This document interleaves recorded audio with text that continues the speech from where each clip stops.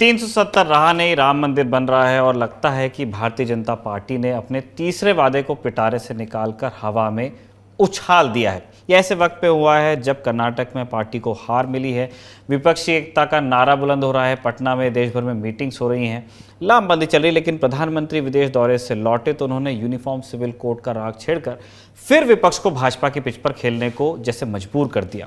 इसी बीच भाजपा और कांग्रेस अपनी अपनी तरह से साल के अंत में होने वाले विधानसभा चुनाव और अगले साल के लोकसभा चुनाव को लेकर बड़े बदलाव करने वाले हैं। क्या मोदी मंत्रिमंडल में फेरबदल होगा तो किसका पत्ता कटेगा और किसका नंबर लगेगा, इन सारे विषयों पर बात करने के लिए मैं हाजिर हूं आपके सामने नेता नगरी में। अगर आपको पता चले कि नेता नगरी के पहले सत्र में हम यूसीसी की बात करने वाले हैं। समान नागरिक संहिता अब भाजपा का कोर पोल प्रॉमिस सिर्फ नहीं रह गया, बल्कि वो लाइन भी बन गया है जिसे क्रॉस करने से पहले सभी को सोचना पड़ रहा है कि हम इधर बैठे या उधर। 4 मेहमानों को हमने दावत दी है इस मामले पर बात करने के लिए। पहले मेहमान देश रत्न निगम, सुप्रीम कोर्ट में प्रैक्टिस करते हैं, इन्हीं के कलीग रहे एक समय पे शाहिद अली, ये भी सुप्रीम कोर्ट में प्रैक्टिस करते हैं। कलीग माने दोनों वकील एक ही कोर्ट में, इसलिए हमने कह दिया कलीग। तीसरे मेहमान है हमारे Rajiv Sardesai, consulting editor, India Today. आप तीनों मेहमानों का स्वागत है। सबसे पहले राजीव सर, हम आपके पास ही आना चाहते हैं। देश में चल रही है बहस की यूसीसी लाना है नहीं लाना है, कैसे लाना है, कहाँ लाना है, कहाँ नहीं लाना है। हम गोवा पर पहले जाना चाहते हैं, जहाँ पे यूसीसी के बेहद करीब बताया जाने वाला एक कानून लागू है, उसको लेकर हम चाहते हैं कि आप दर्शकों को कुछ बताएं। देखिए, बहुत ही बड़ा इंटरेस्टिंग है। गोवा एक ऐसा राज्य था जो पोर्चुगीज के अंडर था। बाकी देश जब ब्रिटिश के अंडर था तब गोवा पोर्चुगीज कानून के अंडर था, पोर्चुगीज के कंट्रोल में था। और 1867 में 1867 में पोर्चुगीज ने पोर्तुगाल में एक पोर्चुगीज सिविल कोड किया था जी। और 1869 में उन्होंने कहा कि जितने हमारे टेरिटरीज है, जितने हमारे कॉलोनी है दुनिया भर में, वहां यही पोर्चुगीज सिविल कोड लागू होगा जी। अब उसमें इंटरेस्टिंग क्या था कि वहां का जो कानून है उसमें यह था कि आपको कंपल्सरी रजिस्ट्रेशन ऑफ मैरिज करना पड़ेगा एक सिविल अथॉरिटी के सामने। और उसके जरिए जो महिला थी, फिर वो आपकी बेटी हो या आपकी बीवी हो, वो एक इक्वल इनहेरिटर थी, यानी उनका भी हक था प्रॉपर्टी के ऊपर। अगर किसी व्यक्ति की मौत होती है, आपके हस्बैंड की मौत होती है या डिवोर्स होता है, तो आपको उतना ही हक प्रॉपर्टी पर था, आपकी बेटी को था और महिला को था। यह सबसे बड़ी चीज थी जो हिंदू प्रॉपर्टी एक्ट में उस समय नहीं था, वो यूनिफॉर्म पोर्चुगीज सिविल कोड में था। और क्योंकि पोर्चुगीज सिविल कोड गोवा में लागू हो रहा था, इसलिए गोवा के लोगों को, गोवा के नागरिकों को उसका फायदा हुआ। मुझे बड़ी इंटरेस्टिंग बात लगती है कि प्रमोद सावंत जो गोवा के मुख्यमंत्री है, वो आजकल कहते हैं कि हमारी जो पोर्चुगीज विरासत है उसे हमें खत्म करना है। लेकिन जब सिविल कोड की बात आती है, वही प्रमोद सावंत कहते हैं देखिए गोवा में हमारा जो सिविल कोड है वो लागू है, पहले से लागू है, पहले से लागू है। अब ये वो लागू क्यों है? क्योंकि जब गोवा को लिबरेट किया गया 1961 में, उन कानूनों के तहत यह कहा गया कि ये जो कानून जो पोर्चुगीज से आए हुए हैं, जैसे uniform civil code, it will remain in Goa, it will those laws जो हैं वो लॉज गोवा में रहेंगी। अब गोवा में भी कुछ प्रॉब्लम्स है, अडॉप्शन को लेके सवाल उठते हैं। It is not a perfect law when it comes to adoption. There are differences between Roman Catholics and non Catholics. तो कुछ उसमें जरूर कुछ कानून है जिसमें आपको तब्दीलें करनी पड़ेगी। ऐसा नहीं है कि वो सिविल कोड जो है कोई परफेक्ट सिविल कोड है। There are certain areas where, but on property rights जो बहुत महत्वपूर्ण है, उस पर जरूर वो सिविल कोड जो गोवा का है, क्योंकि वो महिलाओं को वही अधिकार देता है जो पुरुषों को है। मुझे लगता है that is an important. Divorce को लेकर भी एक सवाल उठा है गोवा में, बिकॉज नॉन कैथलिक्स और कैथलिक्स के बीच में किस तरह से डिवाइड होगा, कहां से सिविल कोर्ट में जाना पड़ेगा या नहीं।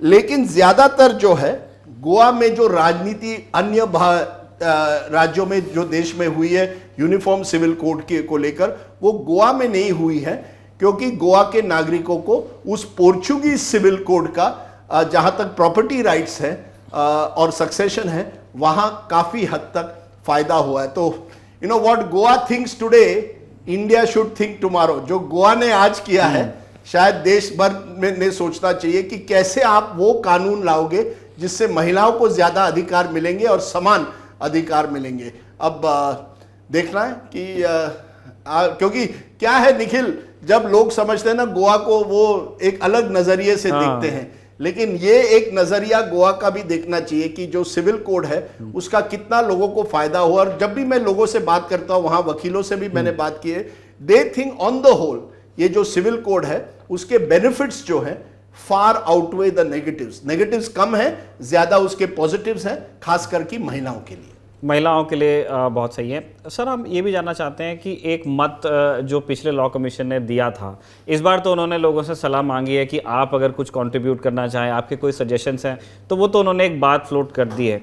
पिछले लॉ कमीशन ने कहा था कि सिविल कोड फिलहाल इसीलिए बहुत ज़रूरी नहीं है क्योंकि हमारे पास एक ऑलरेडी एक अप्रोच है जिस पे हम काम कर रहे हैं, जिसमें राइट्स आप इंश्योर करते चलिए महिलाओं के लिए, सभी के लिए, सभी धर्मों के भीतर। उनके सबके पर्सनल लॉस की जगह पे एक नए कोड की ज़रूरत नहीं है। इसको लेकर के आप क्या सोचते हैं? देखिए, मैं सच बताऊं, by and large in principle, मैं आम आदमी पार्टी जो कह रहा है, इन प्रिंसिपल तो मुझे लगता है यूनिफॉर्म सिविल कोड को समर्थन करता हूं। क्योंकि ये जो कहा जा रहा है, जैसे लॉ कमीशन ने 2018 में कहा था कि आप पर्सनल लॉज में रिफॉर्म लाइए, हर धर्म के पर्सनल लॉज में रिफॉर्म लाइए, लेकिन वो लाएगा कौन? क्या all India Muslim personal law board उस पर सहमत होगा? क्या अन्य जो कम्युनिटीज है, फिर वो सिख हो, जैन हो, बौद्ध हो, सब कम्युनिटीज के जो रिलीजियस लीडर्स हैं, क्या वो तैयार होंगे? तो मुझे लगता है कहीं ना कहीं इसको धर्म से हमें हटाना पड़ेगा, राजनीति से हटाना पड़ेगा, और एक जहां भी हो सके एक gender neutral, religion neutral law लाना पड़ेगा। तो मैं समझता हूं कि इस पर बहस होनी चाहिए, इस पर कंसेंसस बढ़ना चाहिए। You can not get complete total support, unanimity नहीं हो पाएगी, लेकिन कंसेंसस के जरिए आपको करना पड़ेगा। नहीं तो वही होगा जो मुस्लिम महिलाओं को शाबानों के बाद भुगतना पड़ा कि एक मुस्लिम महिलाओं को she could not get her maintenance, और आपने कानून अच्छा लाया था, आपकी मेजॉरिटी सरकार थी, राजीव गांधी की थी, फिर भी आप बैक ट्रैक हुए उस पर। और इसीलिए मैं कह रहा हूं कि इतने सालों तक आपने कोशिश की कि पर्सनल लॉज को अमेंड किया जाए, लेकिन वो हुआ नहीं हो पाया। तो आज मुझे लगता है समय आ गया है इस पर बहस होकर कंसेंसस के जरिए we should be pushing towards laws that provide gender justice and equality. ये दो संविधान के सबसे बड़े प्रिंसिपल्स होने चाहिए। So I am taking a principled stand on uniform civil code. बिल्कुल, और वो नेता नगरी का भी मंच इस बात में मानता है कि वो डायरेक्टिव प्रिंसिपल्स में अगर कोई बात है, और जो फोर फादर्स थे कॉन्स्टिट्यूशन के और मदर्स, उन्होंने ये आने वाली जनरेशन्स पे छोड़ा था कि आप बैठ करके डिस्कस कीजिएगा, बात कीजिएगा, और यूसीसी होना चाहिए। हम भी वो मानते हैं। लेकिन सर, हम ये आपसे जानना चाहते हैं, आपकी टिप्पणी इस बारे में चाहते हैं कि जो कॉन्स्टिट्यूशन में ऑब्जेक्टिव बताया है यूसीसी का, या जो उन्होंने एक मत व्यक्त किया है कि आप डिस्कस करके कर लेना, ये इच्छा जताई है और डायरेक्टिव प्रिंसिपल्स में उन्होंने लिखा, एक चीज़ ये है। और दूसरी तरफ जिस भाषा में आज बात हो रही है यूसीसी की, और जो लोअर रंग है पॉलिटी का, जो समाज में जाके जिस भाषा में उसको डिस्कस किया जा रहा है, क्या आपको ऐसा लग रहा है कि उसमें नुआंस की कमी है और इसलिए लोग नियत में को लेकर के सवाल उठा रहे हैं? क्या उस लैंग्वेज को थोड़ा इंप्रूव होने की ज़रूरत है जिसमें हम यूसीसी की बात करते हैं, चाहे वो सत्ता पक्ष हो, विपक्ष हो? विपक्ष में भी हम ये देख रहे हैं कि पार्टीज अपने पार्टी लाइन और पार्टी इमेज के हिसाब से डिसाइड कर रही हैं कि उनको यूसीसी के साथ जाना है, बजाय इसके कि कंटेंट क्या होगा यूसीसी का जो प्रपोज्ड होगा। आपको क्या लगता है? निखिल, देखिए, हमारे समाज में राजनीति बहुत हो गई है, ओवर पॉलिटिसाइजेशन। इसी वजह से हर कानून को भी हम अपने नजरिए से देखते हैं कि यानी नेता देखते हैं कि हमें कितना फायदा होगा, कौन सी वोट बैंक की तरफ हम जा रहे हैं। जो मोदी जी ने कहा, मैं उनकी बात से सहमत हूं कि ये जो डिबेट्स हैं, ये वोट बैंक पॉलिटिक्स में ट्रैप नहीं हो सकते, ये गलत है। जैसे ही आप वोट बैंक पॉलिटिक्स में ट्रैप होते हैं, तो आप इन लॉज को, इन कानूनों को ये नहीं देखते कि वो कानून जो है वो महिलाओं के लिए बेनिफिट करेगा, सोसाइटी के लिए, समाज के लिए करेगा, वो कानून जो है सबको समानता देगा। आप देखते हैं मुझे कितने वोट मिलेंगे, और ये बहुत, मुझे लगता है इन सब चीजों से हमें हटना पड़ेगा। बहुत मुश्किल है, बट ओनली अ मेजोरिटी कर, क्योंकि ये तो ये जो है पार्लियामेंट में पास होना है, आपके पास एक मेजोरिटी है। आज अगर बीजेपी, जो कहा जा रहा है, मैंने सुबह एक सीनियर एमपी से बात की, उन्होंने कहा कि सरकार का इरादा है कि इसी पार्लियामेंट सेशन में लाया जाए। पास तो आप कर सकते हैं, लोकसभा में आपकी मेजोरिटी है, राज्यसभा में भी जहां आपकी मेजोरिटी नहीं है, आप देख रहे हैं उद्धव ठाकरे सेना, उद्धव सेना समर्थन में आ रही है। आम आदमी पार्टी ने कहा इन प्रिंसिपल हम सपोर्ट करेंगे। बीजेडी, शायद बीजू जनता दल भी, मुझे कहा जा रहा है शायद समर्थन करे। वाईएसआर तो ज्यादा से ज्यादा ये जा सकता है स्टैंडिंग कमेटी के लिए और विंटर सेशन में पास हो सकता है, ऐसी बात हो रही है। लेकिन उसकी भी जरूरत ना पड़े। और देखिए, बीजेपी को उसका फायदा होगा अगर कोई विपक्ष विरोध करे, केवल विरोध के लिए। आपको बताना पड़ेगा किन वजहों से, और हां, इसको धर्म से भी अलग करो। It is not an anti Muslim legislation. Hindu laws में भी आपको परिवर्तन करना है, specially when it comes to property. और इस पे बड़ी बहस 50s के दशक में हुई थी, जब नेहरू प्रधानमंत्री थे, और eventually Hindu code bill pass हुआ था, जिसमें कई रिफॉर्म्स आए। Reform is the way forward. This is not about being anti एक पार्टी या दूसरी पार्टी या किसी एक धर्म के खिलाफ। ये रिफॉर्म की बात है, और अगर हम रिफॉर्म के समर्थन में ना रहे तो ये गलत है। क्या हुआ है, हमारी पॉलिटिक्स इतनी पोलराइज्ड हो गई है कि मोदी जी ने कहा ना, हम उसका विरोध करेंगे। और मोदी जी भी चुनाव के पहले करते हैं, लोग कहेंगे कि आप 9 साल से थे, आपने पहले क्यों नहीं किया। ये सब समस्याएं हैं, पर आपको डीपोलिटिसाइज करके इसको कहीं ना कहीं लागू जरूर करना पड़ेगा, but with consensus, with all communities involve in the process. Deshratna ji, हम आपके पास आना चाहते हैं। हम ये जानना चाहते हैं कि 2 बड़ी चीज़ें हैं यहाँ पे। एक तरफ है जो कॉन्स्टिट्यूशन के अंदर जो इरादा किया गया था डायरेक्टिव प्रिंसिपल में, कि हमें एक यूसीसी की ज़रूरत है और हम बैठ के बात कर लें, उसको बना लें। और दूसरी तरफ एक राजनीतिक दल है, उसका एक पॉलिटिकल विल है, उनका कोर पोल प्रॉमिस था जिसको वो अमल करना चाहते हैं। और इसके बीच में फिर बहुत सारे और इश्यूज आते हैं, जिसमें जेंडर है, जिसके अंदर धार्मिक जो मान्यताएं हैं, जो उसमें कुरीतियां हैं, उनमें सुधार की हमारी आकांक्षा है। हम चाहते हैं कि इन सारे बिंदुओं को लेकर के आप क्या सोचते हैं, बहैसियत जो सुप्रीम कोर्ट, हमारी जो आला अदालत है, वहाँ के वकील, प्लीज़। देखिए, सबसे महत्वपूर्ण बात यह है कि हमारे संविधान में इसको यूनिफॉर्म सिविल कोड को, जिसको कि मैं कभी शायद इंडियन सिविल कोड भी बोल सकता हूँ, कई लोगों को यूनिफॉर्म से आपत्ति हो सकती है, उसे इंडियन सिविल कोड भी बोल सकते हैं। तो जैसे इंडियन क्रिमिनल कोड है हमारा, इंडियन पीनल कोड है, उसी तरह इंडियन आप सिविल कोड भी बोल सकते हैं इसे।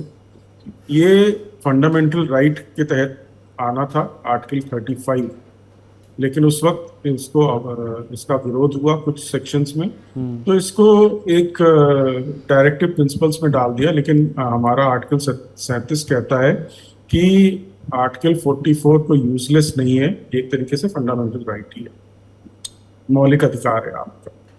तो इस मौलिक अधिकार के तहत सबसे बड़ी जो महत्वपूर्ण बात यह है कि हमारा संविधान का जो मूलभूत मौलिक अधिकार है वो आर्टिकल 14 है, अनुच्छेद 14, जो कि सबको समान अधिकार देता है जी, और जिंदगी का अधिकार देता है, राइट टू लाइफ। ये दोनों मिले जुले अधिकार। और लाइफ का मतलब ये नहीं होता है सिर्फ आप जिंदा हैं, आपकी क्वालिटी ऑफ लाइफ क्या है, आपको समान अधिकार है कि नहीं है, आपकी प्रताड़ना हो रही है, आपके साथ भेदभाव हो रहा है कि नहीं हो रहा है, ये सारी चीजें मिली जुली हैं। तो जो इसका मुख्य उद्देश्य है यूनिफॉर्म सिविल कोड का, वो लिंग आधार पर भेदभाव, औरतों के खिलाफ जो भेदभाव होता है, उनको जो समान अधिकार नहीं दिए जाते हैं, ये इसका मुख्य उद्देश्य है। राजनीति इसमें से अलग कर देनी चाहिए, क्योंकि जो भी महिलाएं हैं जिनके खिलाफ भेदभाव हो रहा है या उनको समान अधिकार नहीं मिल रहे हैं, वो सभी राजनीतिक पार्टियों, ऐसा नहीं है कि वो सिर्फ भाजपा में है इसलिए भाजपा ला रही है, वो आम आदमी पार्टी में भी है, कांग्रेस में भी है, जिससे राजनीति को थोड़ा परे रखना चाहिए। जितने भी मेरे निष्कर्ष निकला, बहुतों से मेरे जो चर्चा करी, उससे लगता है कि यूनिफॉर्म सिविल कोड आदर्श के रूप में बहुत अच्छा है, लेकिन इसकी प्रक्रिया पे वो कहते हैं कि कैसे होगा जी। वो कहते हैं कि इसको प्रधानमंत्री को चुनावी रैली से नहीं बोलना चाहिए था। तो मैं ये कहता हूं, उन्होंने अपने वचन पत्र या संकल्प पत्र में बोला हुआ है, और ये राजनीति का हिस्सा भी है। देखिए, हम प्रतिस्पर्धा की राजनीति में है हिंदुस्तान में, सारी राजनीतिक पार्टियां एक दूसरे के खिलाफ लड़ती हैं और अपने वोट बैंक को बढ़ाना चाहती हैं। तो इसमें जो टाइमिंग को लेकर प्रश्न उठ रहे हैं कि चुनाव के साल में, उद्देश्य को ध्यान में रखिए, राजनीतिक पार्टियां राजनीति करेंगी क्योंकि वो राजनीति प्रतिस्पर्धा की है, अपना वोट बैंक, वोट शेयर बढ़ाएंगी। तो इसमें मैं नहीं समझता कि राजनीति के जो मापदंड है, मानदंड है, वो एकदम अलग होते हैं। तो आम आदमी पार्टी भी वही करती है, कांग्रेस भी करती है, अपना जनाधार बनाने की कोशिश करती है। ठीक, उद्देश्य से अगर नहीं भटकेंगे हम तो सब कुछ बड़ा साफ रहेगा। और अगर आप इजाजत दें तो मैं कुछ मुख्य बिंदु हैं जिन पर मैं बोल सकता हूं। Please sir. उसमें यह है कि देखिए, आर्टिकल 25 की जो बात करते हैं, 29 की करते हैं। 25 में कहता है धर्म की आपको आजादी है, लेकिन धर्म के जो 5 मूल सिद्धांत है, किसी भी आप धर्म को उठा लीजिए, उनको ये नहीं छूता। और 29 में है रीति रिवाज, रीतियों को भी नहीं छूता। आपका निकाह होगा तो आपकी एक प्रक्रिया है, उस पर होगा, उसको नहीं छेड़ेगा। लेकिन हाँ, आप जब शादी के लिए जाते हैं तो उम्र की बात होती है, उम्र क्या होनी चाहिए। सारे देशों में, 125 देशों में करीब समान उम्र है, और करीब 26 मुस्लिम देशों में भी समान उम्र है शादी की। लेकिन हमारे यहाँ उसको प्यूबर्टी से जोड़ दिया गया, मासिक धर्म से जोड़ दिया गया। आजकल 8 साल की उम्र में भी मासिक धर्म हो जाता है, 12 साल में भी होता है, 13 साल। तो बड़ा कंफ्यूजिंग है। तो इसको आप परिभाषित करेंगे और एक उम्र होगी, क्योंकि आजकल बायोलॉजी और जो मेडिकल साइंस है उसने भी कह दिया है कि 18 साल से कम नहीं होनी चाहिए, और आजकल तो 21 साल की भी बात हो रही है। सबसे पहला तो वो बिंदु हो जाता है। ठीक है, जेंडर हो गया। दूसरा, हाँ, जेंडर। दूसरा आपका आता है कि आपकी शादी हो गई, आप बड़े खुशहाल हैं, तो यूसीसी वहीं खत्म हो गया। लेकिन अगर आपकी शादी और परिवार ठीक से नहीं चला तो बात तलाक की आती है जी, कैसे होना चाहिए। तो तलाक की जब बात आती है तो हिंदुओं में भी कभी तलाक नहीं था, हमारे ऊपर भी आया और हिंदू संगठनों ने उसका विरोध भी किया, लेकिन आजकल सब मानते हैं इस बात को। वैसे ही मुसलमानों में भी कुछ तबकों में महिलाएं पूरी तरह खुल के सामने आ रही हैं इस पर, लेकिन जो उनका all India Muslim personal law board है, जो या जमाते उलेमा हिंद है, ये लोग नहीं चाहते, ये महिलाओं को समान अधिकार नहीं देना चाहते, चाहे वो संपत्ति का हो, चाहे तलाक का हो। 4 तरीके के तलाक हैं इनके यहाँ, ज्यादातर एक तरफा। तो एक तरफा तलाक तो नहीं होना चाहिए ना, और आप अपने आप से कह दिए, ईमेल से भेज पर दें। 3 तलाक पे तो सर मतलब कोर्ट भी कह चुकी है, और उसके बाद फिर उस पर तो रोक लगी गई है। नहीं, मैं 3 तलाक की उसकी बात कर रहा हूँ कि जहां आता है कहने के लिए तो 3 महीने हैं। मान लीजिए आज जून के आखिर में आपने दे दिया पहला नोटिस जी, फिर आप 30 तारीख को जुलाई में दे देंगे, फिर 30 अगस्त को दे देंगे, हुए तो असली 2 ही महीने ना। आपने 3 नोटिस दे दिए।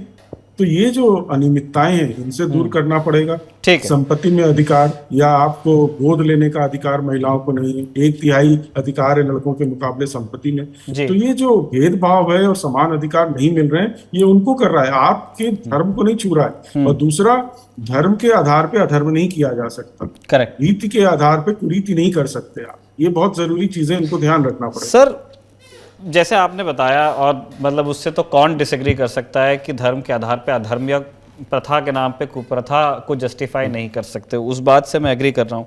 लेकिन जैसे मैंने देखा कि मतलब आपकी बातचीत में हमने ज़्यादातर एग्जाम्पल एक समुदाय से जुड़े देखे, लेकिन मुसलमान अकेला वो गुट नहीं है जिनकी तरफ से ऐतराज़ यूसीसी को लेके। हमने देखा बहुत सारी ट्राइबल कम्युनिटीज़ की तरफ से भी झारखंड में प्रोटेस्ट हुए हैं, और आपके नागालैंड में चर्च की तरफ से कहा गया है। मिज़ोरम में लॉ कमीशन ने जब नहीं भी मांगी थी सुझाव, उससे पहले से वहाँ की जो विधानसभा है वो संकल्प ले चुकी है कि वो यूसीसी के किसी भी कदम का विरोध करेंगे। तो ट्राइबल सोसाइटीज़ में भी जो 6वीं अनुसूची वाले इलाके हैं उनको भी बड़ी चिंता है कि अगर वो यूनिफॉर्म वाले शब्द पर अगर ज़्यादा जोर दे दिया जाएगा तो उनकी प्रथाओं का क्या होगा। उस बारे में क्या सोचते हैं आप? देखिए, बहुत आपने महत्वपूर्ण सवाल किया है। जो 6 शेड्यूल में आते हैं, आपका नॉर्थ ईस्ट के जो देश राज्य हैं, वहां पर बहुत सारी चीजें नहीं लगती। इनकम टैक्स लॉ नहीं लगता वहां पर। वो मतलब अलग प्रोविजन से 371 में बनाए। आप सुन लीजिए थोड़ा सा, तब आपको शायद मैं जो बिंदु हाईलाइट करना चाहता हूं। तो ये भी हो सकता है आज हम 90% देश की जनता को कवर कर ले और बाकी जगह धीमे धीमे पहुंचे। तो ट्राइबल्स का जो बहुत कॉम्प्लेक्स कल्चर है, जटिल संस्कृति है, उसको बहुत अच्छे से समझना पड़ेगा और उसको अलग से इसमें डील करना पड़ेगा और वहां के लोगों के साथ बैठना पड़ेगा। लेकिन जो बाकी जो जिनको किसी तरह का प्रोटेक्शन नहीं मिला, जैसे शेड्यूल में नहीं है, जैसे लोग हिंदू अनडिवाइडेड फैमिली की बात करते हैं, हिंदू अनडिवाइडेड फैमिली में धर्म का कोई वो नहीं है, ये एक टैक्स सेविंग मैकेनिज्म है। और अगर लोगों को इससे एतराज है तो वैसी जैसे लोग इसमें यूनिफॉर्म टैक्स कोड की बात करें, हम उनका समर्थन करेंगे देश में। तो ये जो सारी चीजें हैं, इसमें हमें बड़ा धर्म और अधर्म और रीति कुरीति, इसमें हमें फर्क करना पड़ेगा। सारे पर्सनल लॉज कोडिफाई किए जाएं, उनमें कुरीतियां ढूंढी जाएं और जो कुरीतियां हैं उसको, जो विभिन्नता है, डाइवर्सिटी के नाम पे ये नहीं कहा जाए कि हम लोग डाइवर्स देश हैं इसलिए हम इन कुरीतियों को चलाएंगे, अधर्म को चलाएंगे, वो नहीं हो सकता। आप जो भी हमारी विभिन्नताएं हैं उसके दम पर कोई भी कुरीति या अधर्म नहीं होना चाहिए।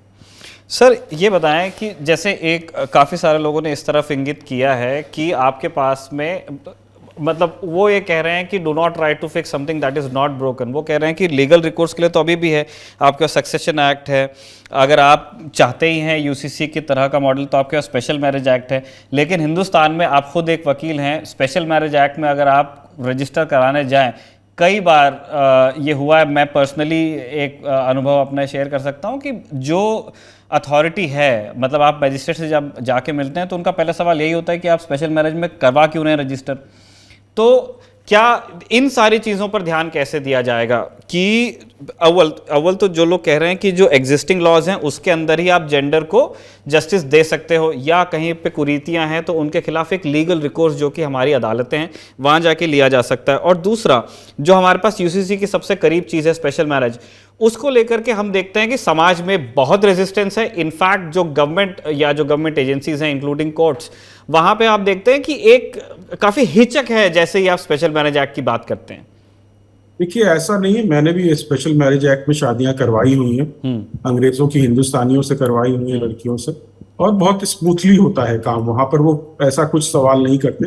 कुछ जगह ऐसा हो सकता है कि भ्रष्टाचार के कारण कुछ इस तरह की चीजें आ जाए बीच में, लेकिन मुझे ऐसा कभी नजर नहीं आया। तो स्पेशल मैरिज एक्ट में सब लोग जाना भी नहीं चाहते, वो अपने धर्म से ही जुड़ना चाहते हैं। अगर उनके धर्म के ही लॉज में अगर कोई चेंज कर दिया जाए तो वो मान लेंगे। वो कहते हैं हम स्पेशल मैरिज एक्ट में क्यों जाएं, स्पेशल मैरिज एक्ट तो इंटरफेथ मैरिज होती है, तो ज्यादातर उसमें हम चले जाते हैं, या हम उसमें अपनी मर्जी से अपने धर्म को छोड़ के उसमें हम चले जाएं।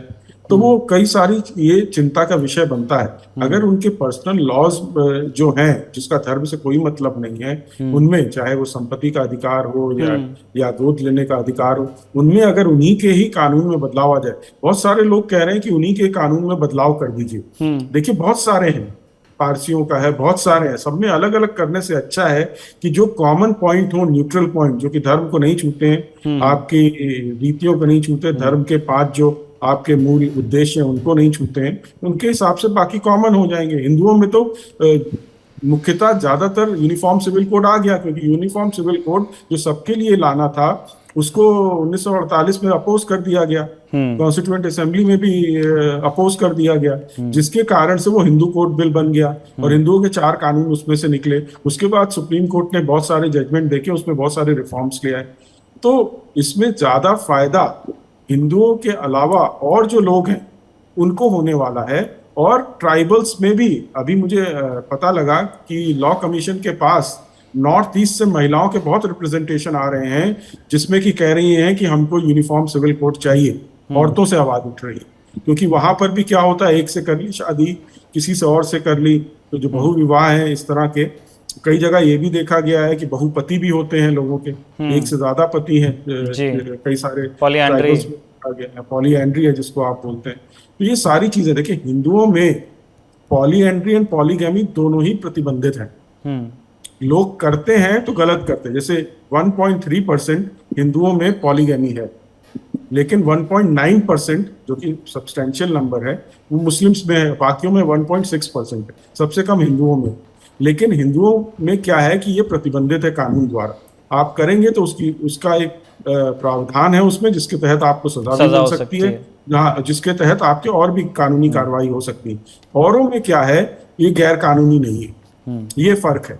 तो ये हमें ध्यान रखना पड़ेगा। वही लोग अगर जहाँ गलत कर रहे हैं उनको सजा मिलनी चाहिए, जहाँ ये कानूनन अलाउड है तो यहाँ इस पे रिस्ट्रिक्शन तो लगने चाहिए। महिलाओं से पूछिए कितनी पीड़ित होती हैं, किस उस पर जाना पड़ता है। घर में एक बीबी है, बिना परमिशन के लेके दूसरी बीबी ले आए, तीसरी ले आए, चौथी ले आए। तो ये समान अधिकार है। देखिए, फोकस नहीं हमें छोड़ना चाहिए कि किस लिए ये आ रहा है। राजनीति इसमें से हटा दीजिए, राजनीति तो होंगी, भाजपा के तो मैनिफेस्टो में है, तो वो जो कि राजनीतिक वचन पत्र है, संकल्प पत्र है, तो वो तो राजनीति होगी, वो अपना जनाधार बढ़ाएंगे। लोग इसको अपोज कर रहे हैं, इसलिए भी कर रहे हैं क्योंकि उनको लगता है उनका जनाधार बढ़ जाएगा इससे, तो इसका विरोध कर रहे हैं। तो लेकिन अगर फोकस अगर रखें, वही मैं कह रहा हूं, जो पीड़ित महिलाएं वो सभी पॉलिटिकल पार्टीज के साथ या तो संबंध है उनके, या वो उनको वोट करती हैं। तो जो पीड़ित महिला है वो राजनीतिक दल के हिसाब से नहीं पीड़ित हो रही है, वो कुरीतियों और अधर्म के कारण हो रही है, जिसके कारण से हमें अपना जो अपना पूरा फोकस है उससे नहीं हटना चाहिए। सही कह रहे हैं सर आप। सर एक और सवाल, मतलब ये मेरा सेकंड लास्ट सवाल है आपसे। जैसे हम सारे सवालों को कंपाइल करके अपने एक्सपर्ट्स के सामने रख रहे हैं, कुछ लोगों ने इस बात पे भी ध्यान दिलाया कि अगर UCC is all about gender justice and the government is serious about gender, या जो सरकार के शुभचिंतक हैं या जिस तरह से वो फीडबैक लेते हैं ग्राउंड से, लोगों की, महिलाओं की ये मांग है, वो दो चीज़ों की तरफ इशारा करते हैं कि महिला आरक्षण बिल डेकेड्स से पेंडिंग चल रहा है, लेकिन उसके ऊपर ना पॉलिटिकल विल नजर आ रही है, ना जनता की तरफ से उस तरह का फीडबैक सो टू स्पीक नहीं मिल रहा है कि आप करवाइए, लोगों की सुझाव भी नहीं जा रहे हैं। इसको लेकर के आप क्या सोचते हैं, पहली चीज़। और दूसरा, अगेन नॉर्थ ईस्ट की ही बात है, हमने वहाँ देखा है कि स्पेशली नागालैंड में पब्लिक पार्टिसिपेशन जो है महिलाओं का पॉलिटिकल लाइफ में बहुत कम है। वहाँ पे इनफैक्ट रिजर्वेशन जब देने की बात हुई तभी भी बड़ा रेजिस्टेंस झेलने को मिला। तो क्या इन सारी चीज़ों को भी मतलब खैर ये यूसीसी से थोड़ी तो अलग बात है ही, लेकिन जब हम जेंडर की बात करते हैं तो क्या हमारे कोर फोकस एरियाज ये नहीं होने चाहिए, वन। दूसरा, डीपीएसपी में जो डायरेक्टिव प्रिंसिपल्स हैं उसके अंदर यूसीसी के अलावा भी दूसरी चीज़ें हैं, क्या आपको ऐसा लगता है कि उन बाकी चीज़ों पर भी बराबर ध्यान दिया जा रहा है? जरूर दिया जा रहा है। आप देखें कि उसमें है कि इस सार्वजनिक संपत्ति को आप नहीं नुकसान पहुंचा सकते, उस पर बहुत सारी जगह कानून आ गए। यहाँ तक कि पर्दे के पीछे रहने वाले नेता और लीडर जो कि इस तरह की तोड़फोड़ करवाते हैं, उनको भी आज की डेट में लाइबल किया गया है। तो ऐसा नहीं उन पर ध्यान नहीं दिया गया, बहुत सारे कानून बने हुए हैं और चल रहे हैं उस पर। तो ये कहना कि सिर्फ उस पर आप यूसीसी पे दे रहे हैं, यूसीसी भी एक मुद्दा है क्योंकि ये भेदभाव से संबंधित है और समान अधिकार से संबंधित है, इसलिए इस पर भी ध्यान दिया जा रहा है। बाकियों में भी बहुत लॉ बने हुए, सुप्रीम कोर्ट ने बड़ा साफ कर दिया है, अगर नीतिगत सरकार कोई फैसला लेती है, इस पे कोई अधिनियम बनाती है तो वो लागू होगा और वो फंडामेंटल राइट्स के ही बराबर खड़ा माना जाएगा। उसको इसलिए नहीं निरस्त कर सकते कि directive principle of state policy के तहत यूसीसी आता है, वो एनफोर्सेबल नहीं है। तो ये सुप्रीम कोर्ट ने बड़ा साफ और रिजेक्ट कर दिया। दूसरा, आपने जो दो इशू उठाए, नागालैंड और महिला रिजर्वेशन का, उसका यूसीसी से लेना देना नहीं है, लेकिन आवाज अभी महिलाओं की पूरी तरह प्रखर और मुखर होकर सामने नहीं आ रही है। जन आंदोलन नहीं हो रहा है, हमारे जो समाज में जो चुने हुए प्रतिनिधि हैं उन पर दबाव नहीं है। जिस दिन उनको पर ये काम तो बिना दबाव के भी होना चाहिए ना सर। जेंडर जस्टिस की एक बात है कि भाई अगर लोग बोलेंगे कि तभी होगा, तो ये तो कोई बात नहीं हुई। देखिए, लोकतंत्र में है आप, लोकतंत्र में चुने हुए प्रतिनिधि बनाते हैं लॉ, और जब उनपे दबाव नहीं होगा तो वो इंटरेस्ट नहीं लेंगे। आंदोलन, जन आंदोलन के द्वारा जब इस तरह की आवाज उठती है तो अब उन पर दबाव पड़ता है, उनको लगता है उनका वोट बैंक खिसक जाएगा, तब वो दबाव महसूस करते हैं। और यही लोकतंत्र की परंपरा है। आंदोलन होते हैं, महसूस किया जाता है, लोग अपने बिल में डालते हैं, अपने मैनिफेस्टो में डालते हैं, उनको नीचे से फीडबैक आता है, और जिस दिन महिलाएं खड़ी हो गई, जन आंदोलन आ गया महिला रिजर्वेशन बिल पे, मैं नहीं समझता हूं कि जो चुने हुए प्रतिनिधि हैं इसको ताक पे रख पाएंगे। ठीक है, बहुत बहुत शुक्रिया सर हमसे बात करने के लिए, थैंक यू वेरी मच। एक धारणा और है, या लोगों को लगता है ऐसा कि गोवा में जो हिंदू पुरुष हैं वो भी 2 शादियां कर सकते हैं, तो वो इस पर भी क्लैरिटी चाहते हैं। हमारे दर्शक कई सारे ऐसे हैं कि क्या यूसीसी में ये भी चेंजेस होंगे, और जो आपके बाकी कॉन्टूर्स हैं गोवा में, जो यूसीसी टाइप का जो लॉ चल रहा है, उसके बारे में आप क्या कहना चाहते हैं? देखिए निखिल, जैसे मैंने पहले कहा कि ज्यादातर लोग समझते हैं पोर्चुगीज सिविल कोड जो अब गोवा में अभी भी लागू है वो महिलाओं के लिए अच्छा है, जेंडर फ्रेंडली है। और जैसे मैंने कहा प्रॉपर्टी के मामले में, क्योंकि आपकी बेटी हो, आपकी पत्नी हो, सबको इक्वल प्रॉपर्टी मिलती है, इक्वल इनहेरिटेंस। एक ही प्रॉब्लम है कि कानून के जरिए वो कहता है आप दूसरी शादी, पॉलीगैमी, बाइगमी, अगर आप मुस्लिम हैं तो आप नहीं कर सकते गोवा में।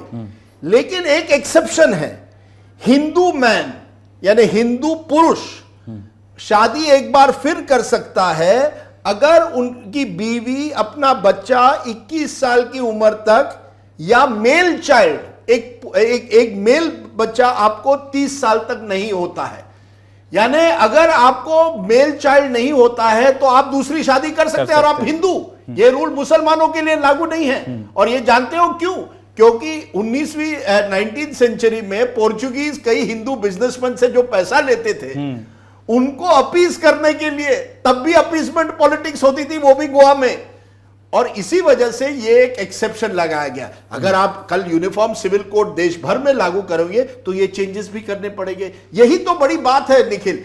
हमेशा हमको लगता है यूनिफॉर्म सिविल कोड आएगा तो मुस्लिम पर्सनल लॉ में बदलाव होगा, लेकिन बाकी समाज में भी बदलाव लाना पड़ेगा, जैसे मैंने कहा, under principle of gender justice and equality. अच्छा सर, एक छोटा सा हम क्रिस्प कमेंट उस पर भी चाहते हैं। आपने ये बता दिया कि कानून वो कहाँ से आया बहुविवाह का हिंदू पुरुषों के लिए। हमें जानना चाहते हैं कि लॉ में तो जगह है, लेकिन कितना प्रेवलेंट है कि गोवा में लोग 2 शादियां करें जब उन्हें संतान नहीं होती, जैसा आपने बताया। क्या ये प्रेवलेंट है, लोग करते हैं 2 शादी, या फिर ये सिर्फ एक लॉ है जो कहीं एक किताब में बंद है? जैसे ये लॉ एक अमेंडमेंट के जरिए पोर्चुगीज सिविल कोड में लाया गया था गोवा के लिए 1880 में। लेकिन जहां तक मेरी जानकारी है, और ये मुख्यमंत्री ने कहा कि 1910 से, सिंस 1910 कोई भी ऐसा उदाहरण नहीं है जिस व्यक्ति ने इस कानून का फायदा उठाकर दूसरी शादी की है। लेकिन क्योंकि वो अभी भी है, एक अमेंडमेंट की तरह है, उसका फायदा अगर कोई उठाना चाहे तो उठा सकता है। और अगर कल यूनिफॉर्म सिविल कोड आए तो मुझे लगता है इस ऐसे नेगेटिव पेट्रियार्कल कानून को हटाना पड़ेगा। हम शाहिद सर आपकी तरफ रुख करना चाहते हैं। आप सुप्रीम कोर्ट में प्रैक्टिस करते हैं, लगातार आप ऐसे केसेस देखते होंगे जिसमें शादी में कोई दिक्कत होती होगी, कोई डिवोर्स के केसेस आते होंगे। हमें जानना चाहते हैं कि यूसीसी को लेकर के लोगों की जो धारणा है कि इससे जो हमारी रिलीजियस डाइवर्सिटी है उस पर असर पड़ेगा, और इस भाषा में भी खूब चर्चा होती है कि ये एक एंटी मुस्लिम कानून है, या उनको किसी तरह से उनके हकूक छीनने की कोशिश है। आपका तो कानून से बहुत साबका पड़ता है, आप क्या सोचते हैं इस बारे में, आपकी क्या राय है?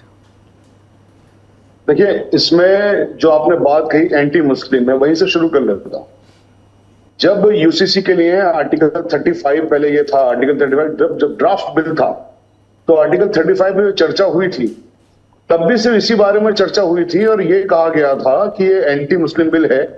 और एंटी मुस्लिम बिल है, ना सिर्फ एंटी मुस्लिम है बल्कि ये कॉन्स्टिट्यूशन के आर्टिकल, जो आज की डेट में आर्टिकल 25 है, ये उसके भी अगेंस्ट है। उन चर्चाओं को जरा आप देखें तो बिल्कुल वही बात है जिस दोराहे पे हम तब खड़े थे, उसी दोराहे पे हम आज खड़े हुए हैं। इसीलिए इसको लागू नहीं किया गया था। इसलिए ये कहा गया था कि स्टेट इस पे कोशिश करेगा। तो स्टेट की कोशिशें करना यानी कि एक सामंजस्य स्थापित करेगा, लोगों की राय लेगा, लोगों की कंसेंट लेगा। देखिए, थोपना किसी चीज को अलग बात होती है और किसी की कंसेंट लेकर के काम करना अलग बात होती है। आज यूसीसी भले लागू नहीं है, लेकिन आप देखिए हमारे मुल्क के अंदर एक स्पेशल मैरिज एक्ट है, यानी जो कंसेंटिंग पार्टियां हैं अगर वो अपनी शादी स्पेशल मैरिज एक्ट में रजिस्टर्ड करवाती हैं तो उसमें फिर यूसीसी की जरूरत कहां रहेगी? वो अपनी शादी वहां रजिस्टर्ड करवा सकते हैं। उसके बाद में जो स्पेशल मैरिज एक्ट का कानून है उसके तहत जो तमाम प्रावधान है वो चलेंगे।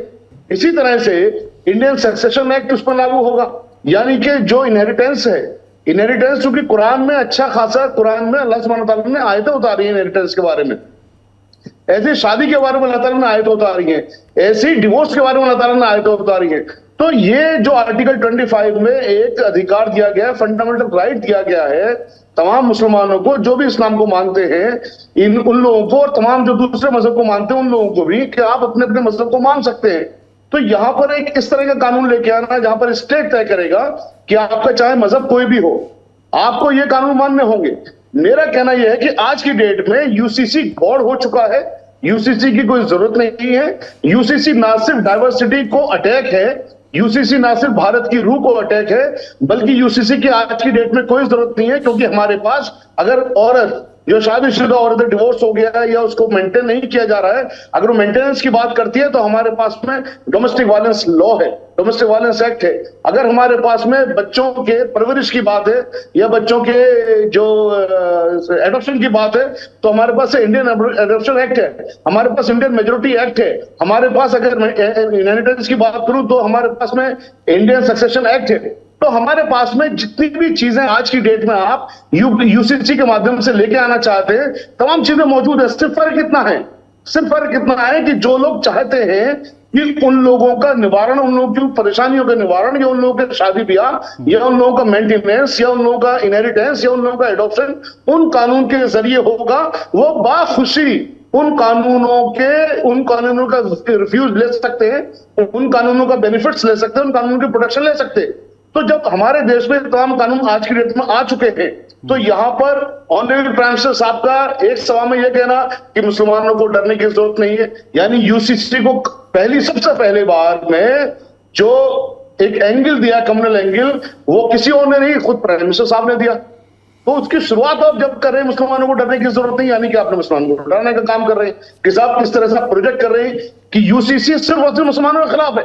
जबकि हकीकत बात यह हमारे देश की अगर आप देखिए हमारा देश विविधता का देश है, डाइवर्सिटी का देश है, और ये डाइवर्सिटी इतनी खूबसूरत चीज है कि एक ही दिन, बल्कि एक दिन पहले पाकिस्तान पैदा हुआ था हमसे, उसके 2 टुकड़े हो गए, क्योंकि वहां डाइवर्सिटी नहीं है। हमारे देश में डाइवर्सिटी है और हम लगातार तरक्की करते जा रहे हैं। हम दुनिया के जो सबसे ज्यादा ताकतवर देश हैं उनकी श्रेणी में हम शामिल होने जा रहे हैं, शामिल हो भी चुके हैं तकरीबन। वही एक दूसरा देश है जहां पर डाइवर्सिटी नाम की चीज नहीं है, उसके 2 टुकड़े हो गए और 5, 6, 10 टुकड़े उसके होने को तैयार है। तो इतनी खूबसूरत चीज को आप खत्म करना चाह रहे हैं। एक ऐसा देश, भारत वो देश है जहां पर हर 15 किलोमीटर पर, हर 15 किलोमीटर पर जबान चेंज हो जाती है, लोगों का कस्टम चेंज हो जाता है, कल्चर चेंज हो जाता है, यहां तक कि मैं बहुत अदब के साथ कह रहा हूं, यहां तक कि भगवान भी चेंज हो जाते हैं। जो नॉर्थ में पूजे जाते हैं साउथ में नहीं पूजे जाते हैं, एंड वाइस वर्सा। तो ऐसे देश में आप अगर यूसीसी की बात करेंगे, आप अगर ये बात कहेंगे कि साहब एक परिवार एक ही कानून, तो ये मेरा ख्याल है भारत के संविधान के साथ नाइंसाफी होगी। भारत के जो आर्टिकल है संविधान में, हमारे में आर्टिकल 25, ये उसको खत्म करने की एक गहरी साजिश है, ये अटैक है इंडिया के सोल पर, इंडिया के रूह पर। सर, आप आर्टिकल 25 की बात कर रहे हैं जिसके अंदर रिलीजियस फ्रीडम की बात है, और वो बात बिल्कुल जायज़ है कि उसमें कॉन्स्टिट्यूशन में लिखा हुआ है कि आप अपनी इंडिविजुअल प्रैक्टिसेस आप कर सकते हैं, और वो ऐसा हक है जो छीना भी नहीं जा सकता। इससे हम अग्री कर रहे हैं। हमें जानना चाह रहे हैं कि जैसे मुझे आपकी बात ऐसे सुन के लगा कि एक बड़ा मत है जो कि हमारे सवाल का भी हिस्सा था ही, कि यूसीसी को क्यों एक एंटी मुस्लिम कार्रवाई के तौर पे देखा जा रहा है। हमें जानना चाह रहे हैं कि अब डेविल्स एडवोकेट अगर हम बन जाएं और हम ये कहें कि चलिए ठीक है, मान लेते हैं कि यही है, क्या एक विचार ये नहीं है कि अगर कम्युनिटी ने पहले बैठ करके खुद ही ये तय कर लिया होता कि जो चिंताएं जताई जा रही हैं महिलाओं के हकों को लेकर के, अगर उसे कम्युनिटी पहले एड्रेस कर चुकी होती, तब तो फिर ये कोई डिमांड ही नहीं आती कि कोई बाहर से आके आपको करेक्ट करे। क्या आपको भी ऐसा लगता है? सर, मैं बहुत रेस्पॉन्सिबिलिटी के साथ कह रहा हूं, बहुत रेस्पॉन्सिबिलिटी के साथ, और मैं इस पर डिबेट करने के लिए तैयार हूं भारत के जिस भी इंसान से आप करवाना चाहो उससे, विद ऑथेंटिक प्रूफ्स। सबसे कम रेट डिवोर्स का मुसलमानों के अंदर है, सबसे कम रेट। दूसरी शादी का जो रेशियो है वो भी सबसे कम मुसलमानों का है।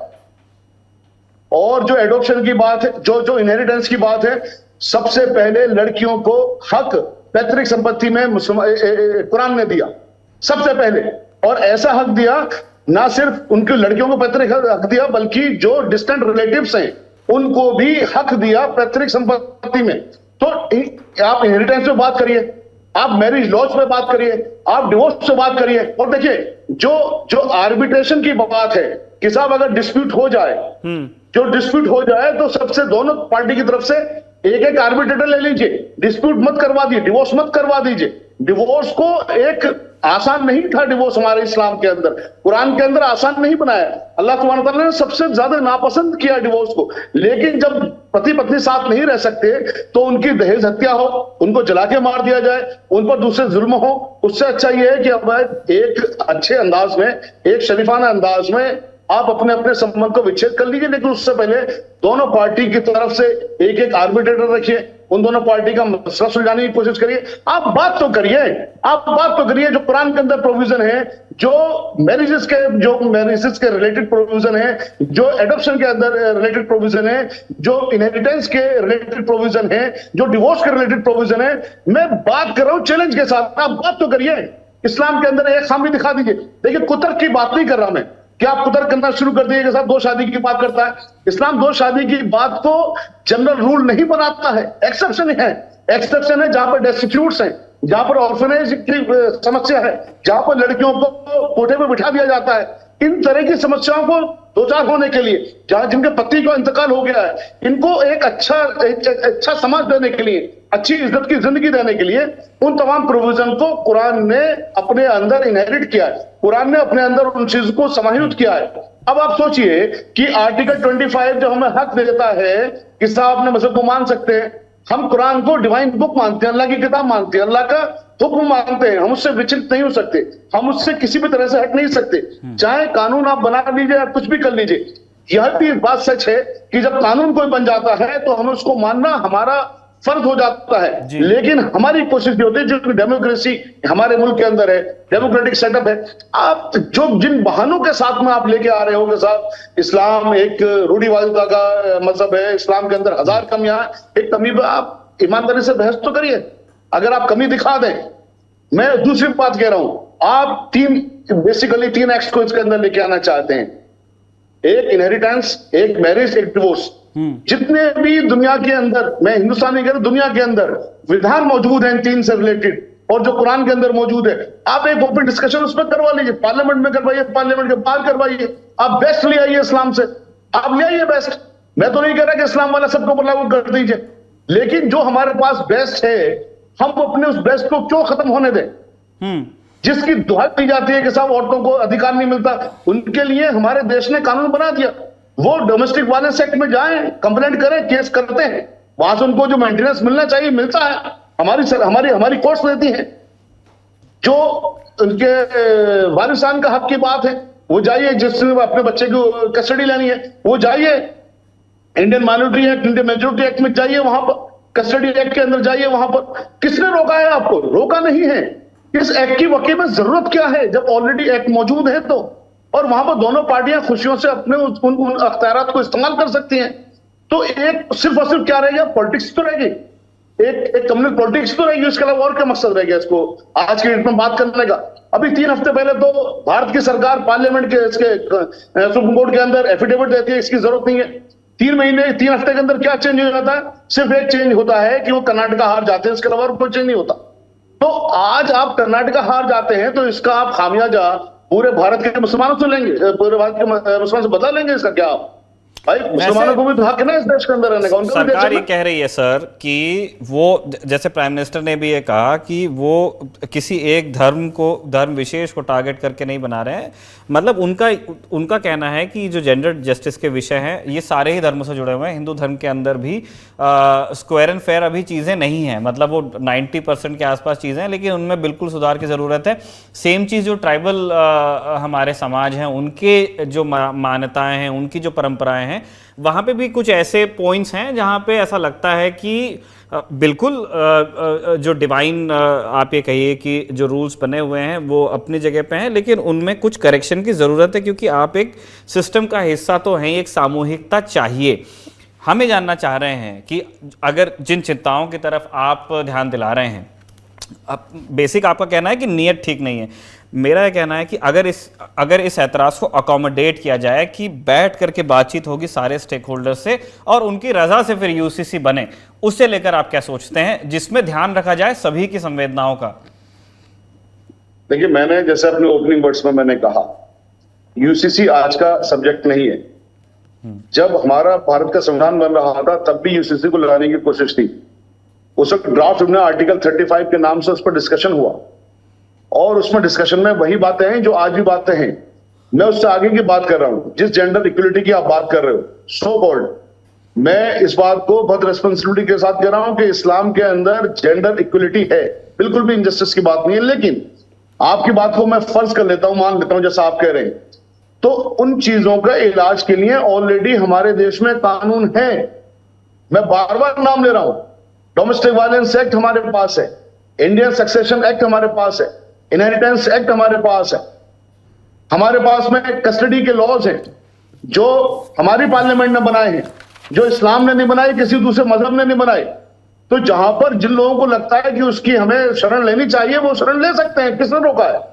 अपनी शादियों को स्पेशल मैरिज एक्ट में रजिस्ट्रेशन करवा लीजिए, किसने रोका है? देखिए, एक चीज होती है बाई चॉइस, एक चीज होती है बाई फोर्स। जी, स्टेट ने फोर्स किया था नसबंदी के लिए, आपको याद होगा, जब नसबंदी को फोर्स किया स्टेट ने, तो उस सरकार का क्या हाल हुआ? इमरजेंसी तक लगानी पड़ी उन्हें, और तमाम चीजें, सब चीजें हुई जो काले इतिहास में, काले पन्नों में लिखी गई है और हमेशा पढ़ी जाएगी। तो स्टेट कोई चीज को फोर्स अगर करता है, वो चीज गलत है। स्टेट को माहौल, आप जो बात करें, स्टेट अगर माहौल बनाता है, स्टेट लोगों की कंसेंट लेता है, स्टेट यूसीसी अगर लेके आता है, कहता है कि साहब इसमें दोनों पार्टियां अगर शामिल होती हैं, मैं दोनों ये कह रहा पार्टियां हूं कि इसमें कंसेंट देती अगर हैं। ये एक प्रोसेस, जैसे अभी लॉ कमीशन ने तो सुझाव मांगे, अभी कानून तो बना नहीं है। मैं जानना चाह रहा हूं कि अगर एक ऐसे यूसीसी की कल्पना की जाए जिसमें सभी के एतराज को अकोमोडेट किया जाए, जैसे आप कह रहे हैं कि कम्युनिटी का, ये आपका मत है ना, अगर ऐसे बाकी समूहों ने भी अपनी अपनी चिंताओं को जाहिर किया, अगर इन सबको अकोमोडेट कर लिया जाता है, तो क्या इन प्रिंसिपल आपको यूसीसी में कोई खामी नजर आती है? मतलब मैं उस आर्ग्यूमेंट को आपके बिल्कुल समझ गया कि एग्जिस्टिंग लॉज तो हैं, लेकिन अब सरकार का उनकी एक पॉलिटिकल विल है, वो लागू करना चाहते हैं। शायद आप उसको उस तरह से ले लीजिए कि वो जितने अलग अलग कानून हैं उन्हीं को कंपाइल करके फाइल कर रहे हैं अलग से। हम ये जानना चाह रहे हैं कि अगर वो अकोमोडेट करने को तैयार हैं, तब आप उसके बारे में क्या सोचते हैं? सर, पॉलिटिकल विल किसी भी तरह से पीपल्स विल के खिलाफ नहीं हो सकती। लोगों ने उनको वोट दिया है इस देश में राज करने के लिए या गवर्नेंस के लिए, तो लोगों के खिलाफ वो राज नहीं कर सकते। वो कंपाइल करके उसी एक्ट को लेके आना चाहते हैं या क्या चीज लेके आना चाहते हैं, तो भविष्य की बात है जी। उनकी जो शुरुआत है, 3 हफ्ते पहले अगर आप तमाम उनको देखें, 3 हफ्ते पहले, 4 हफ्ते पहले वो पार्लियामेंट, इसके सुप्रीम कोर्ट के अंदर एफिडेविट देते इसकी जरूरत नहीं है। 2018 में यही लॉ कमीशन कहता है इसकी जरूरत नहीं है। 3 हफ्ते पहले भारत की सरकार कह रही है इसकी जरूरत नहीं है। तो फिर आज 3 हफ्ते के अंदर ऐसा क्या हो गया इस देश के अंदर कि आप कह रहे हो इसकी जरूरत है? अचानक ही 3 हफ्ते के अंदर तमाम इक्वलिटी में बदल गई। 3 हफ्ते के अंदर जिस चीज की जरूरत नहीं है, अचानक ही वो जरूरत आ गई। अनडाउटेडली ये वही कंपाइल करेंगे और कुछ नहीं करेंगे। बात मैं कह रहा हूं कि आप लोगों का कब तक पॉलिटिकली बुद्धू बनाएंगे, आप कब तक कम्युनिटी कार्ड खेलेंगे? मैं ऑनरेबल प्राइम मिनिस्टर साहब की बहुत इज्जत करता हूं, हकीकत बात बता रहा हूं मैं आपको दिल से, लेकिन जब इस तरह की चीजें ऑनरेबल प्राइम मिनिस्टर साहब के मुंह से निकल के आती हैं, तो फिर मुझे भी शक होता है कि नहीं, कहीं ना कहीं कुछ ना कुछ गड़बड़ है। और उनके पीछे ये सब काम कौन करवा रहा है, ये तो वो जाने। लेकिन आप हकीकत देखिए इसको कि जिस चीज की जरूरत आप खुद कह रहे हो नहीं है, 3 हफ्ते के अंदर बताइए देश के अंदर ऐसा क्या हो गया कि उसकी जरूरत पड़ गई?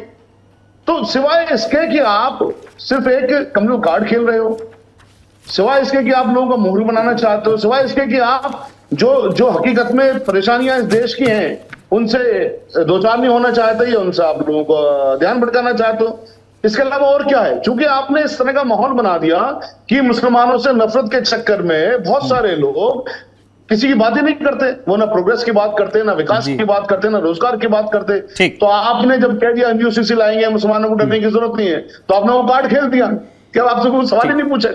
ठीक है, तो जब जिस चीज की जरूरत नहीं है आप उसे लेके आ रहे हो, तो ये अपने आप में एक शक के दायरे में आ जाती है। एक आखिरी हम टिप्पणी छोटी सी आपसे चाहते हैं। हम चाह रहे हैं कि इस सवाल का जवाब वो शाहिद अली दें जो सुप्रीम कोर्ट में प्रैक्टिस करते हैं, जो पूरी तरह से लॉ को उन्होंने अपनी ज़िंदगी समर्पित, उनका पेशा है।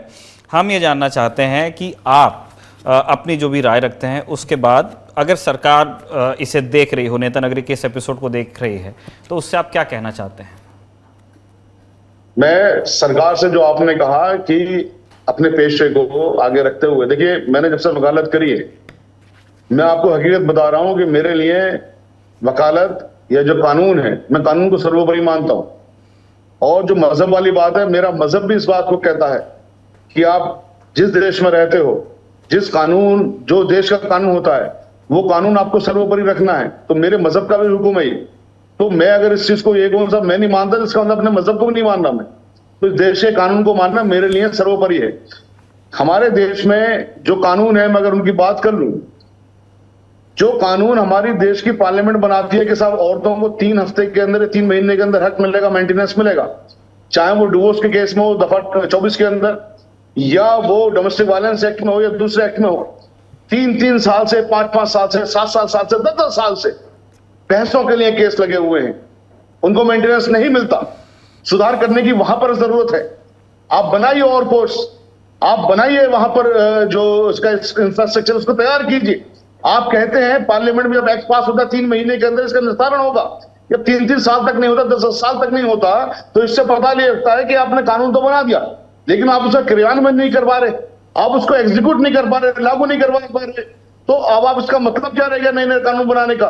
जो कानून है आप उनको एक बार क्रियान्वयन करके तो देखिए, एग्जीक्यूट करके तो देखिए। अगर आपको उसकी जरूरत लगती है तो हम यूसीसी में बात करेंगे, जरूर करेंगे। थैंक यू सर हमसे जुड़ने के लिए। नेता नगरी में ये विषय आगे समय तक चर्चा में रहेगा, अभी तो काफ़ी दिन है। जो भी सरकार ने सोचा है उसको एग्जीक्यूट करने में हमारी कोशिश रहेगी कि जब जब हम नेता नगरी में आगे बात करें तब आपसे भी वक्त लें। Thank you sir. नेताओं की नगरी में इन दिनों चर्चा है कि दोनों खेमों के जो बड़े बड़े लोग हैं, सियाने लोग हैं, वो एक ही रट लगाए हुए हैं कि घर के सारे बदल दूंगा। ये बात भारतीय जनता पार्टी को लेकर भी कही जा रही है और कांग्रेस को लेकर भी कही जा रही है। दोनों पार्टी इस 2024 के जो जनरल इलेक्शंस होंगे उनके लिए अपनी कमर कस रही है। बड़े चुनाव होने वाले हैं इसी साल के अंत में। 3 बड़े राज्य हैं, 2 छोटे राज्य हैं, उनके लिए भी तैयारी चल रही है लगातार। इस तरह की चर्चा हो रही है कि सेंटर में भारतीय जनता पार्टी एक मीटिंग ऑर्गेनाइज कर सकती है जिससे जो निचोड़ निकलेगा उसके नतीजे में कुछ लोगों को मंत्री बनाया जा सकता है, कुछ लोगों के पद लिए जा सकते हैं। सारी खबरें सूत्रों के हवाले से।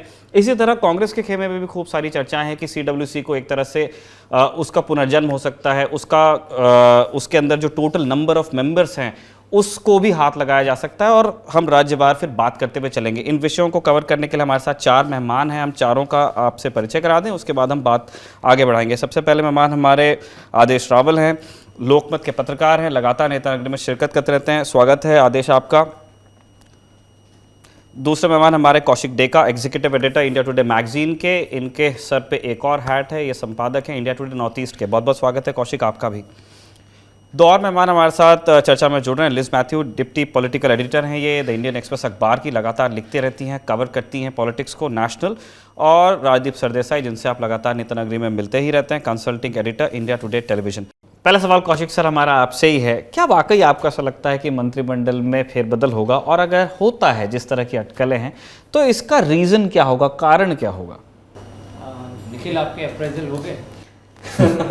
अभी एक्चुअली मेरे बॉस अभी छुट्टी पे हैं, तो ये इस सवाल का जवाब जब वो वापस आ जाएंगे तो फिर मैं एक्स्ट्रा काम कर रहा हूँ ना, बॉस छुट्टी पे है।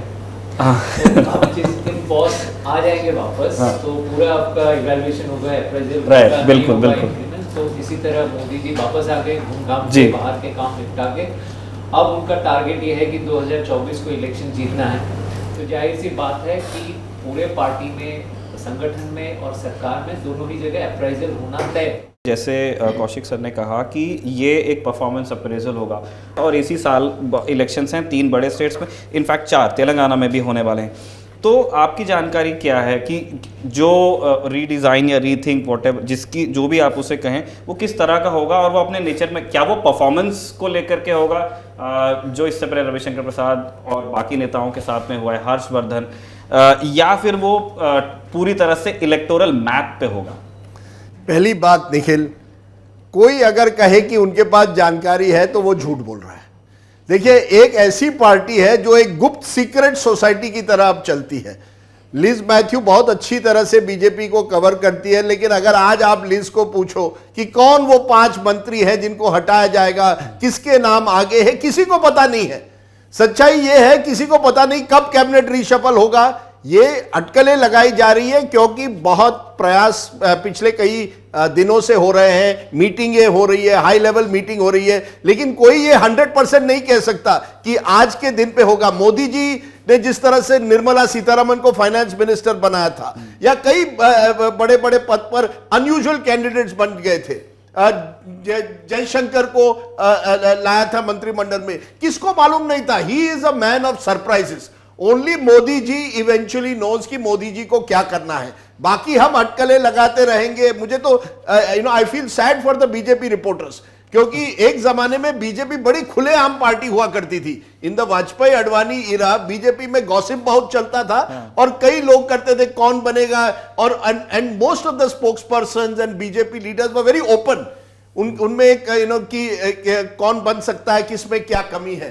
अब मैं आपको बताऊं, मैं कुछ दिनों पहले एयरपोर्ट पे था, एक मंत्री मुझे वहां मिले लाउंज में, तो मुझे लगा वो अपनी कॉन्स्टिट्यूंसी में जा रहे थे। उन्होंने कहा नहीं नहीं नहीं, मुझे कहा गया है कहीं और जाने के लिए, मुझे 3 दिन वहां रहना है, वहां मंडल मीटिंग्स करने, ब्लॉक मीटिंग्स करने, प्रवास करना है। हाँ, तो मैंने कहा तुम आपका मंत्रालय का क्या? उन्होंने नहीं, वो तो संभाल लेंगे, मंडे टू थर्सडे वहां, फ्राइडे टू संडे मुझे अपने ये जो संवाद चल रहा है, जो उनका पूरा 30 दिन का कार्यक्रम है, 9 साल मोदी जी के सरकार का, लोगों तक पहुंचाइए, उसमें तो मंत्री बहुत, उनको एक तरह से एक टाइम टेबल दिया जाता है कि ये करना है, इस दिन इनसे मिलना है, एक बड़ा स्ट्रक्चर्ड माइक्रो मैनेज प्रोग्राम है। मंत्रियों के हाल बहुत बुरे हैं, तो कुछ तो लोग कहते हैं अच्छा होगा हम मंत्री नहीं रहे, क्योंकि थोड़ी तो फ्रीडम मिलेगी। अगर आज एमपी को थोड़ी फ्रीडम मिलती है, मिनिस्टर को वो भी नहीं मिलती। It is an appraisal, yes, but whether it will result in any major change. देखिए, मोदी जी ने ज्यादा डिसरप्ट नहीं किया है। आप अगर देखें पिछले 4-5 सालों में कई चीजें हुई है, लेकिन इसके बावजूद वो जो कैबिनेट, बड़े बड़े कैबिनेट रीशफल्स होते थे, ड्रामेटिक रीशफल्स होते थे।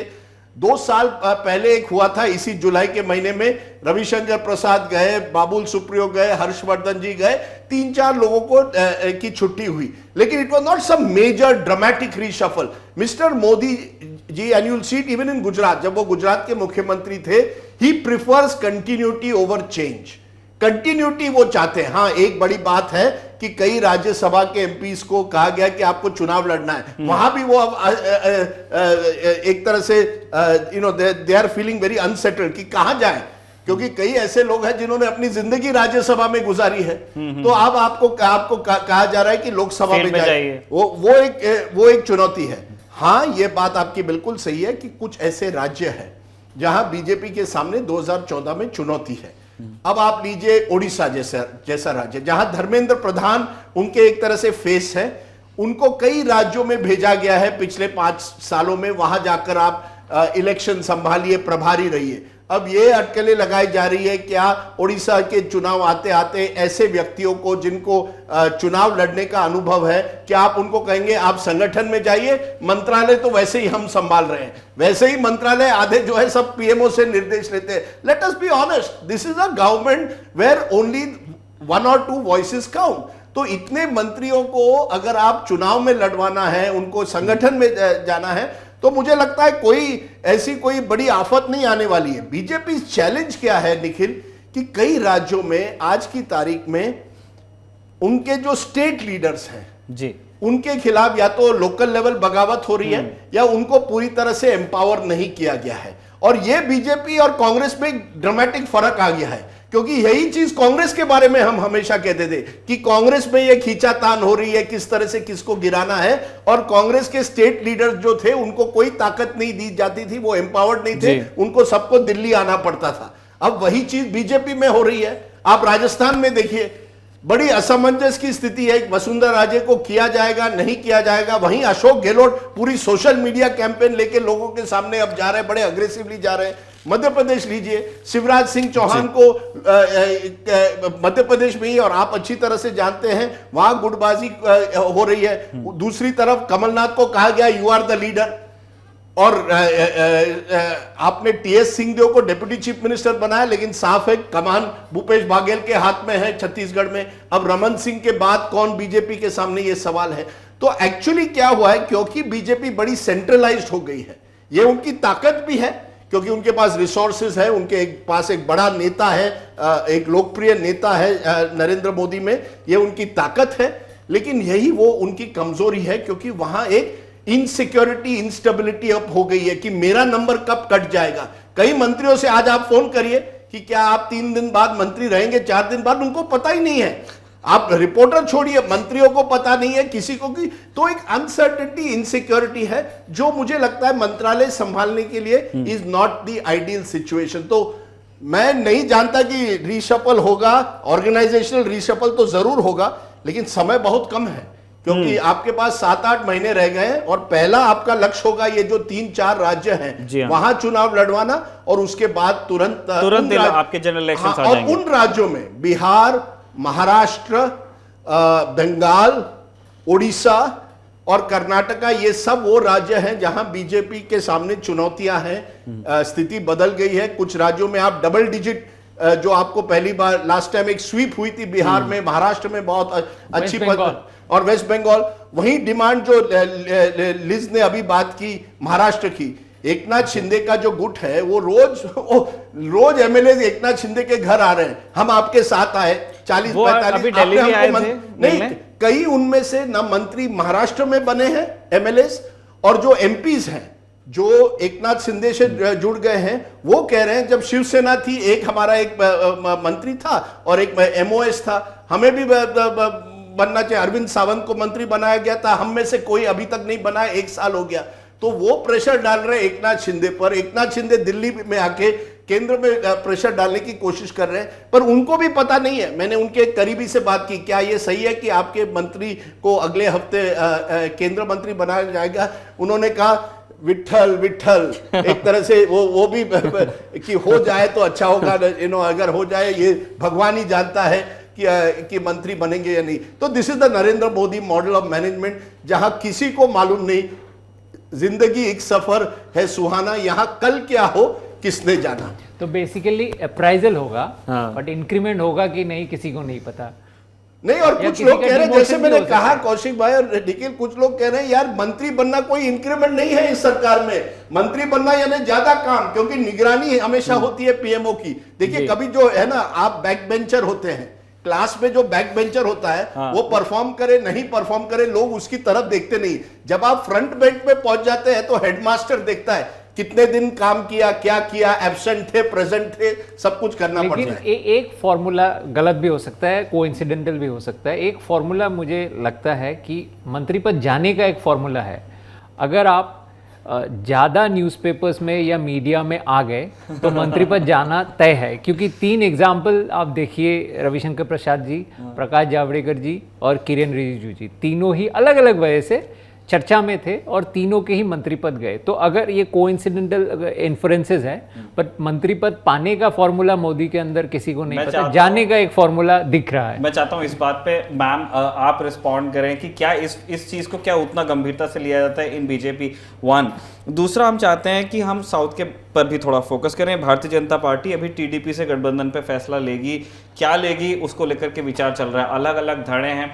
जो तेलंगाना में बीजेपी के लीडर्स हैं वो कह रहे हैं कि वो बहुत मतलब कंफर्टेबल नहीं रहेंगे अगर वो टीडीपी के साथ बीजेपी अलाय करती है। तो कर्नाटका में हम देख रहे हैं कि अभी विधानसभा सत्र आने वाला है 3 जुलाई से, लेकिन अभी नेता प्रतिपक्ष चुना भी नहीं गया है। बात चल रही है कि जो प्रदेश अध्यक्ष हैं उनको भी बदला जा सकता है। इन सारी चीजों के बारे में आपकी जानकारी क्या है? लेकिन पहले जो कौशिक ने कहा उस पर आपकी टिप्पणी कि विजिबिलिटी बढ़ने को क्या एक नेगेटिव ट्रेड की तरह लिया जाता है इन बीजेपी? वो मे बी, मेरे ख्याल से वो थोड़ा ऐसे कोई कोइंसिडेंटल होगा। It must be a coincidence, because ये इनका जैसे कि किरण रिजिजू की दैट ये लेटेस्ट इनका प्रॉब्लम है जो हमने सुना है, वो है कि ज्यादा जब बात करेंगे तब कुछ चीजें आप लाइन से आगे जाएंगे, लाइन के आगे जाके ये बीजेपी में अलाउड नहीं है। वो आपसे बोला होगा ये सब इतने चीजें बोलो, लेकिन आप जब व्हेन यू आर वोकल, आप थोड़ा ज्यादा बोल के 2-3 बार ऐसे ज्यादा बोल के तो you will be on, there will be a red alert. So यही हो गया होगा। और बाकी जो भी चीजें है कि मोदी गवर्नमेंट जैसे जितना हमने देखा है, उन्होंने अपनी इमेज बाहर जो इमेज है इसके बारे में, जो इधर तो उन्होंने हम ही एक पार्टी है, मैंडेट मिला हुआ पार्टी, बाकी कोई नहीं है टाइप एटीट्यूड होगा, लेकिन बाहर की जो इमेज के ऊपर वो थोड़ा ज्यादा चिंतित है, इसकी वजह से हो सकता है। एक दूसरा, आपने साउथ वाले स्टेट में आपने सही बोला, कर्नाटका में जब से कांग्रेस का जीत हो गया, वो भी ऐसे वेरी स्पेक्टेकुलर जीत हो गया, तब से बीजेपी में एकदम बीजेपी जैसे टीडीपी तो एक साल से चंद्रबाबू नायडू जो इधर आ रहे थे, जा रहे थे, अपॉइंटमेंट मांग रहे थे, कहीं भी नहीं दिया।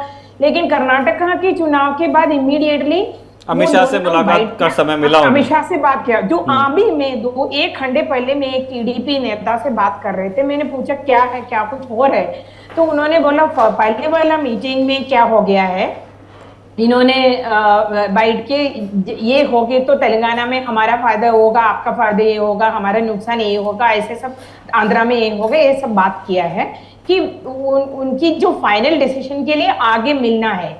लेकिन टीडीपी को तेलंगाना में ये लोग अभी ये नेता बोल रहे थे कि टीडीपी को इनके साथ जो प्रॉपर अलायंस का इतना वो नहीं है कि प्रॉपर अलायंस हो गए तो टीडीपी को लग रहे हैं, बहुत नेताओं को लग रहे हैं कि इनके लिए नुकसान होगा।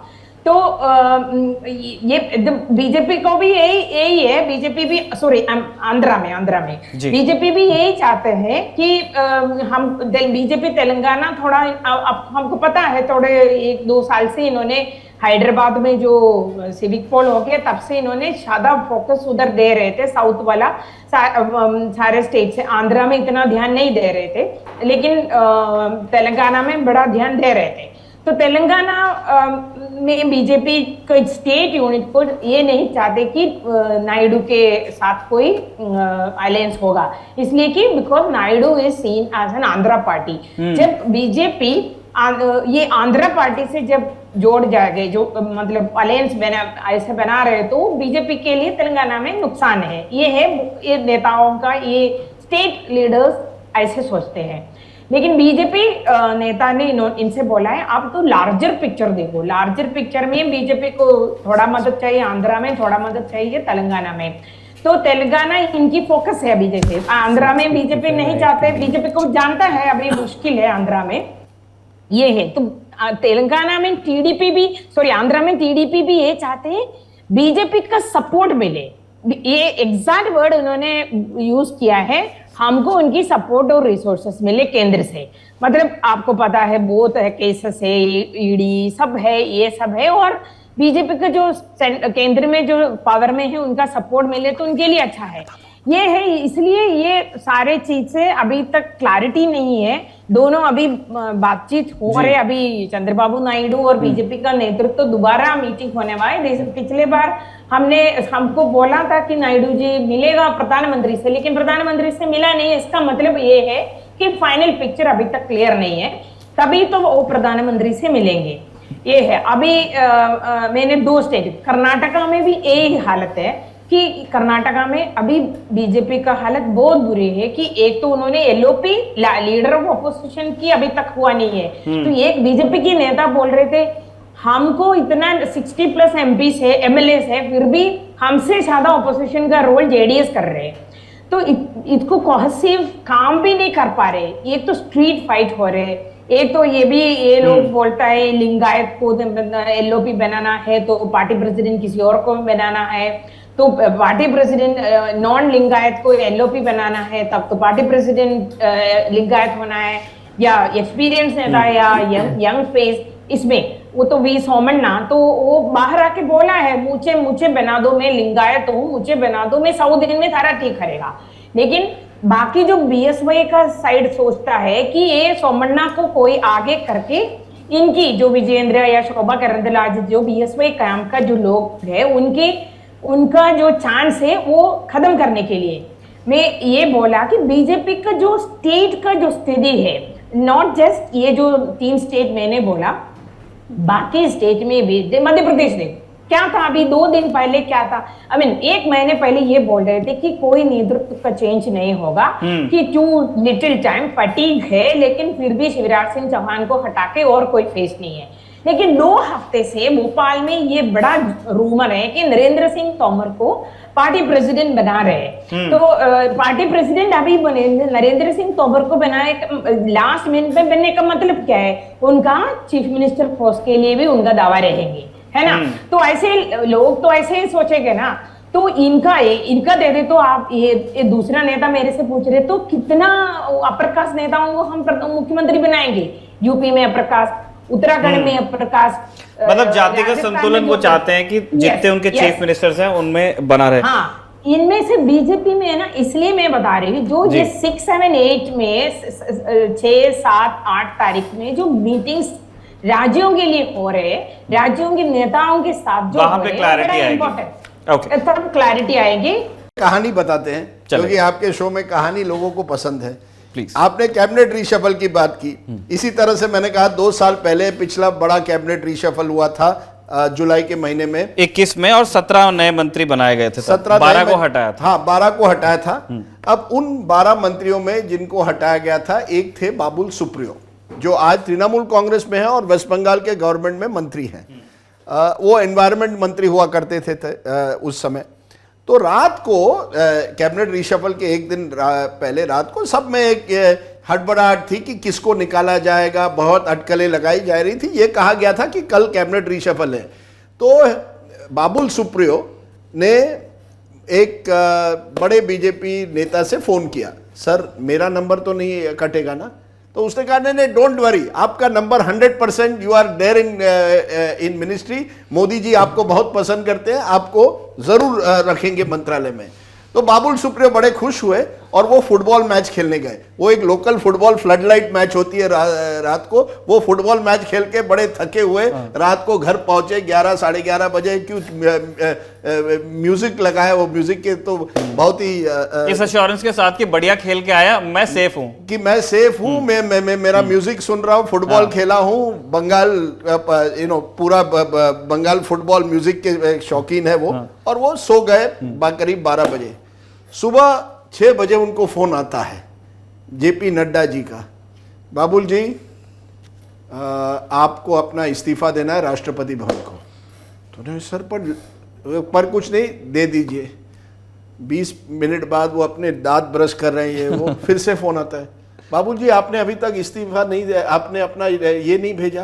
तो बाबुल बोले सर मैं तो दांत ब्रश कर रहा हूं। नहीं, तुरंत करिए। अब आप सोचिए, एक रात पहले वो उनको कहा गया है आप अस्वस्थ रहिए, कोई प्रॉब्लम नहीं है, अगले दिन उनको कहा जाता है इस्तीफा दीजिए।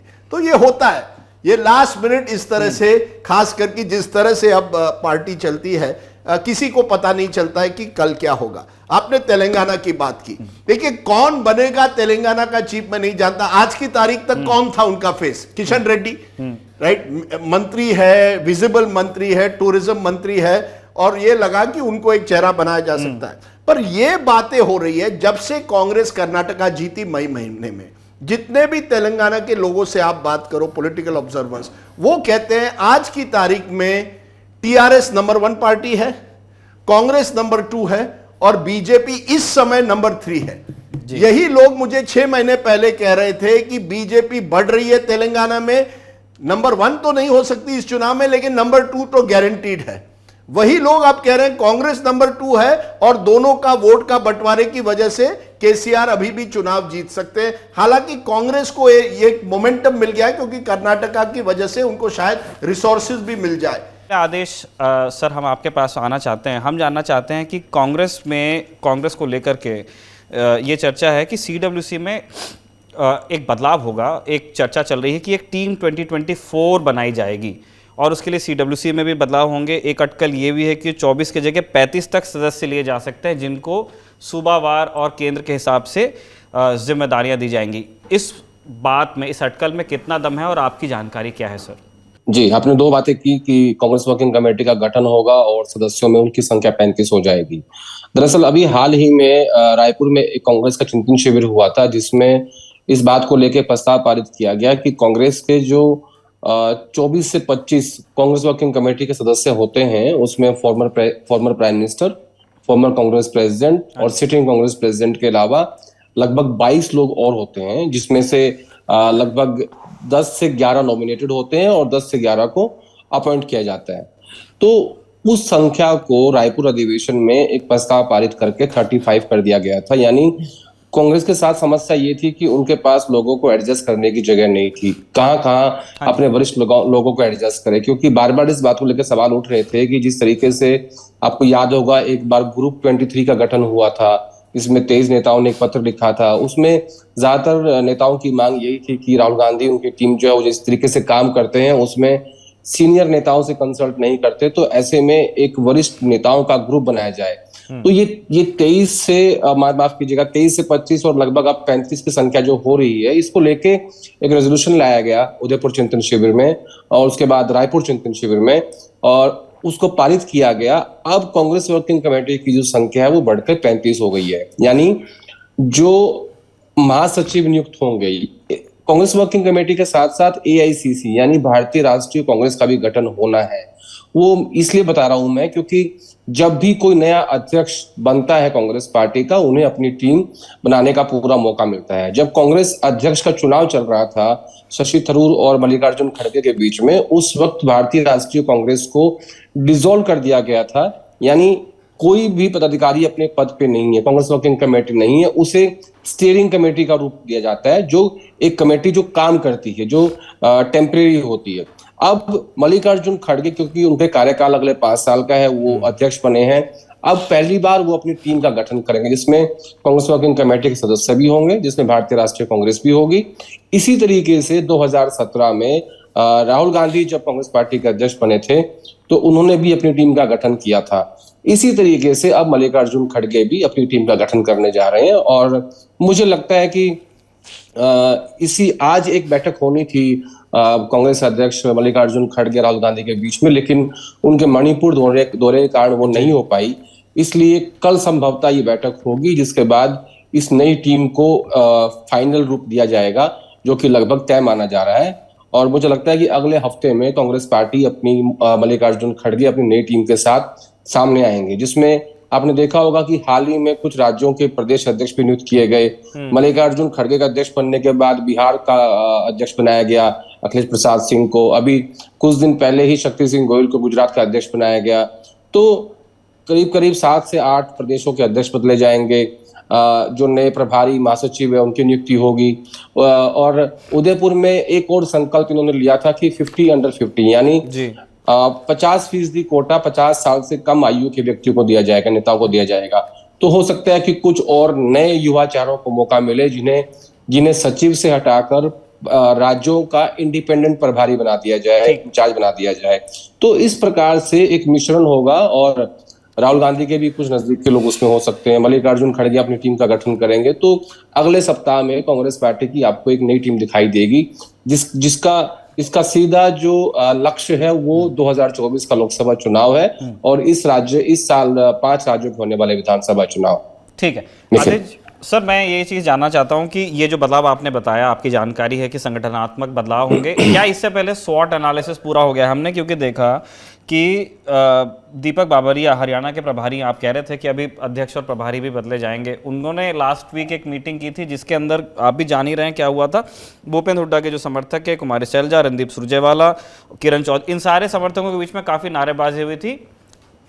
तो ये समझ में आ रहा था कि अभी भी जो सेंट्रल लीडरशिप जो चीज़ें तय कर रही है वो स्टेट्स में लागू कराने में प्रॉब्लम आ रही है। हम ये सवाल इसलिए पूछ रहे हैं, एक तो हम चाहते हैं हरियाणा की इस घटना पर की जो पीछे की कहानी है उस पर अब आप टिप्पणी रखें, और दूसरी जो अटकलें हैं कि अभी एक तरह से प्लेकेट करने की कोशिश की गई है TS सिंहदेव को, उनको डिप्टी CM बना दिया गया है।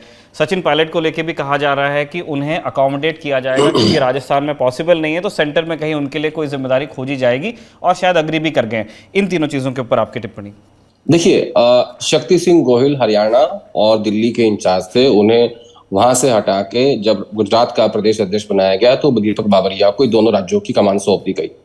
और जहां तक मेरी जानकारी है, जैसे ही CWC का गठन होगा, कांग्रेस कार्य समिति का गठन होगा, बाबरिया से एक राज्य ले लिया जाएगा और उनके पास एक ही राज्य बचेगा। तो कोई भी जब नया इंचार्ज किसी स्टेट का बनता है तो वो अपने स्टेट में जाता है और लोगों से मिलता है। तो बाबरिया जी की पहली बैठक चंडीगढ़ में हुई, जिसमें भूपेंद्र हुड्डा, रणदीप सिंह सुरजेवाला, कुमारी शैलजा, किरण चौधरी और वहां के प्रदेश अध्यक्ष उदय भान, ये सब लोग शामिल हुए और एक औपचारिक बैठक उसे कहा जाता है। और दरअसल देखिए क्या होता है, हर राज्य में कांग्रेस हो, भाजपा हो, कोई भी पार्टी हो, अलग अलग राजनेताओं के गुट होते हैं। तो जब बाबरिया जी वहां पहुंचे तो सबने अपनी बात रखी। इसमें कुमारी शैलजा के समर्थक वहां थे, किरण चौधरी के समर्थक वहां थे, रणदीप सुरजेवाला के समर्थक वहां थे। भूपेंद्र हुड्डा खुद विधायक दल के नेता हैं और उनके नजदीकी उदयबान जो हैं वो कांग्रेस पार्टी के हरियाणा के अध्यक्ष हैं। तो ऐसे में एक संदेश ऑलरेडी हरियाणा की राजनीति में है कि विधानसभा चुनाव तक, जो कि लोकसभा चुनाव के तुरंत बाद होंगे, 3 महीने बाद होंगे, हरियाणा की कमान भूपेंद्र हुड्डा के पास रहेगी। और ये इन बाकी सब नेताओं को भी इस बात का अच्छे से पता है। तो जो वहां जो आपने कहा कि नारेबाजी हुई, मुझे लगता नहीं वो नारेबाजी है, वो एक हरियाणा की राजनीति का कल्चर है। जो जब जब उनके नेता खड़े होते हैं भाषण देने के लिए तो वो हमेशा उनके कुछ 4 लोग, 10 लोग, 5 लोग नारे लगाते हैं। चंडीगढ़ में जो ऑफिस है कांग्रेस पार्टी का, हरियाणा प्रदेश कांग्रेस कमेटी का, वो इतना बड़ा नहीं है कि वहां कोई बड़ी तादाद में लाखों लोग या हजारों लोग इकट्ठे हो गए हों। मुझे लगता है 500-700 हजार लोगों की वो भीड़ थी। उसमें सबके अपने अपने समर्थक थे, उन सब ने नारेबाजी की, सब ने भाषण भी दिया। जैसे मैं आपको उदाहरण देता हूं कि कुमारी शैलजा जब खड़ी हुई तो उनके लोगों ने भाषण दिया, उनके लोगों ने नारेबाजी की। फिर किरण चौधरी ने भाषण दिया कि आप डिसिप्लिन की बात करते हैं, लेकिन आप ये भी देखिए कि जब हमारे इलाके में लोग आते हैं हमसे बिना पूछे तो वो तो इनडिसिप्लिन नहीं होता, लेकिन जब हम किसी के यहाँ जाते हैं तो इनडिसिप्लिन होता है। फिर रणदीप सिंह सुरजेवाला ने कहा कि जब पार्टी कमजोर होती है लोग हमें छोड़ के चले जाते हैं, जब पार्टी मजबूत होती है तो वापस आ जाते हैं। तो उनका इशारा था कुछ भूपेंद्र हुड्डा के नजदीकी लोगों के लिए। फिर उन्होंने आगे कहा सुरजेवाला ने कि ये जो घोषणाएं भूपेंद्र हुड्डा कर रहे हैं जाके कि हम इतनी पेंशन देंगे, इतनी बिजली मुफ्त देंगे, हम बोला हमने कर्नाटका में इसके लिए एक कमेटी बनाई थी जो ये देखते थे कि क्या फाइनेंशियली राज्य का जो बजट है वो उसको झेल पाएगा, तब हमने वो वायदे किए। और ऐसे में राहुल गांधी वो वायदे करते हैं तो वो पहले हमें देख लेना चाहिए कि भाई क्या जो वादे हम पब्लिक के बीच में कर रहे हैं उनको हम फुलफिल कर पाएंगे, उनको हम जनता तक पहुंचा पाएंगे। जो हमने कर्नाटक में किया है वैसा हमें हरियाणा में करना चाहिए। यानी उन्होंने डायरेक्ट हमला किया भूपेंद्र हुड्डा के ऊपर कि आपने जो अभी से अपनी तरफ से ही वायदे करने शुरू कर दिए हैं, पहले आपको हम सबसे बैठ के वो बातचीत करनी चाहिए थी। तो बेसिकली ये एक हरियाणा की पॉलिटिक्स है जिसमें अपने अपने गुट के हिसाब से लोग बात करने की कोशिश करते हैं, दबाव बनाने की कोशिश करते हैं। लेकिन मैं इतना जरूर कहूंगा कि फिलहाल हरियाणा की पॉलिटिक्स में भूपेंद्र हुड्डा का पलड़ा भारी है, क्योंकि वो खुद नेता है विधायक दल के और उनके बहुत नजदीकी हैं जो उदयबान, वो कांग्रेस पार्टी के अध्यक्ष हैं। और कांग्रेस आला कमान ने भी, राहुल गांधी ने भी, जो 2 बड़े नेता हैं सुरजेवाला और कुमारी शैलजा, इन दोनों को भारतीय राष्ट्रीय कांग्रेस में पहले से ही महासचिव बनाया हुआ है। सुरजेवाला के पास कर्नाटका है, शैलजा के पास छत्तीसगढ़ है। तो जाहिर तौर पर कांग्रेस लीडरशिप ने उसको इस राज्य के नेताओं के बीच में बैलेंस करने की कोशिश करी है। अब आपने बात की छत्तीसगढ़ की। छत्तीसगढ़ में कांग्रेस लीडरशिप ने मुख्यमंत्री बघेल के सामने प्रस्ताव रखा कि हम वहां की राजनीति को बैलेंस करने के लिए टीएस सिंहदेव बाबा को डिप्टी चीफ मिनिस्टर बनाना चाहते हैं। तो मुख्यमंत्री ने वो बात स्वीकार की, लेकिन ताम्रध्वज साहू जो कि पहले दिल्ली में ओबीसी विभाग के हेड होते थे, फिर उनको मंत्री बनाया गया और एक समय में वो दावेदार थे मुख्यमंत्री के भी, वो ओबीसी हैं। तो उनके लोगों ने भी दिल्ली में एक बात कही कि ओबीसी एक बड़ा वोट बैंक है छत्तीसगढ़ में और उसको आप नकारिए मत, ताम्रध्वज साहू को भी आप डिप्टी चीफ मिनिस्टर बनाइए। लेकिन अगर वो भी बन जाते तो फिर टीएस सिंहदेव को लगता है कि 2 बने हैं, मेरा वैसा मान सम्मान नहीं हुआ। तो इस बार क्या हो रहा है, राहुल गांधी स्टेट लीडरशिप को बहुत बैलेंस करके चल रहे हैं, जिसकी शुरुआत उन्होंने कर्नाटक में की थी। और उस बैलेंस के साथ ही उनको ये लगा कि हम उनको रास्ता दिखा सकते हैं, लेकिन असली जो काम है वो स्टेट लीडरशिप को ही करना है। तो वो एक सक्सेसफुल एक्सपेरिमेंट रहा। इसीलिए छत्तीसगढ़ में, राजस्थान में, हरियाणा में, दिल्ली में, गुजरात में, मध्य प्रदेश में, हर जगह एक स्टेट लीडरशिप के जरिए बैलेंस करने की कोशिश हो रही है। छत्तीसगढ़ उसका पहला उदाहरण है, टीएस सिंहदेव के जरिए जो हुआ है। लेकिन इसके रिपरकशंस क्या होंगे, वो सिर्फ एक ही चीज हो सकती थी कि ताम्रध्वज साहू के लोग या वो खुद इस बात को लेकर विरोध करें, लेकिन वैसा नहीं हुआ। अब आपने तीसरी बात की थी राजस्थान की। दरअसल राजस्थान लंबे समय से पेंडिंग है कि सचिन पायलट को आप कैसे कहां एडजस्ट करें। जहां तक मेरी जानकारी है, अशोक गहलोत इस बात को लेकर राजी नहीं है कि उन्हें वापस डिप्टी चीफ मिनिस्टर बनाया जाए या उन्हें प्रदेश की कमान सौंप दी जाए। तो राहुल गांधी ये चाहते हैं कि किसी भी तरीके से मैं सचिन पायलट को कुछ समय के लिए राजस्थान से बाहर निकाल लूं, और सचिन पायलट ने राहुल गांधी को खुद ये कह दिया था अपनी पिछली बैठक में कि जैसा आप ठीक समझे मेरे भविष्य के बारे में, आप वैसा फैसला कर लीजिए। तो अब जहां तक मेरी जानकारी है, राजस्थान का फैसला जल्द होने वाला है। मुझे लगता है कि जब अगले सप्ताह आप नेता नगरी करेंगे, उससे पहले इसका फैसला हो चुका होगा। और सचिन पायलट का भविष्य क्या है, उनको दिल्ली में रखना है, उनको राजस्थान में उनका रोल रखना है। हाँ, राहुल गांधी एक इस बात को जरूर उन्होंने कहा कि मैं जो भी रोल आपका करूंगा, जो भी आपको जगह पार्टी मान सम्मान देगी, उसमें राजस्थान में आपकी इन्वॉल्वमेंट जरूर होगी, वो डायरेक्टली हो या इनडायरेक्टली हो। क्योंकि सचिन पायलट बार बार इस बात को कहते हैं कि राजस्थान उनका पहला प्यार है, उसको छोड़ना नहीं चाहते, जैसे बाकी नेता जनरल सेक्रेटरी बन जाते हैं दिल्ली में आके। तो इस बार उनको एक उदाहरण दिया गया कि हिमाचल प्रदेश में जब कैंपेन कमेटी चीफ की बात आई तो वो सुखविंदर सिंह सुक्खू थे, और कैंपेन कमेटी चीफ बाद में मुख्यमंत्री बन गए। इसी तरीके से अशोक गहलोत जब मुख्यमंत्री की कुर्सी उनकी चली जाती है, चुनाव हार जाते हैं, तो दिल्ली में आके महासचिव बन जाते हैं, कभी संगठन का, कभी किसी प्रदेश का, और जब समय आता है तो वापस जाके मुख्यमंत्री बन जाते हैं। तो ऐसे में सचिन पायलट को भी के सामने ये उदाहरण दिए गए कि सिर्फ राजस्थान से दिल्ली आने में आपका कोई दावा प्रदेश के ऊपर कम नहीं होता है, तो आपको इस ऊपर विचार करना चाहिए। तो उन्होंने फाइनली ये कह दिया कि जैसा राहुल गांधी फैसला करेंगे वो कर लें, मुझे उसमें कोई दिक्कत नहीं है, लेकिन ख्याल रखें कि राजस्थान मेरा पहला प्यार है। तो इस तरीके से हर स्टेट में एक बैलेंस पॉलिटिक्स करने की कोशिश हो रही है। राहुल गांधी को यह बात समझ में आ चुकी है कि जब तक स्टेट लीडरशिप और स्टेट इश्यूज के ऊपर बात नहीं होगी, हम स्टेट नहीं जीत सकते।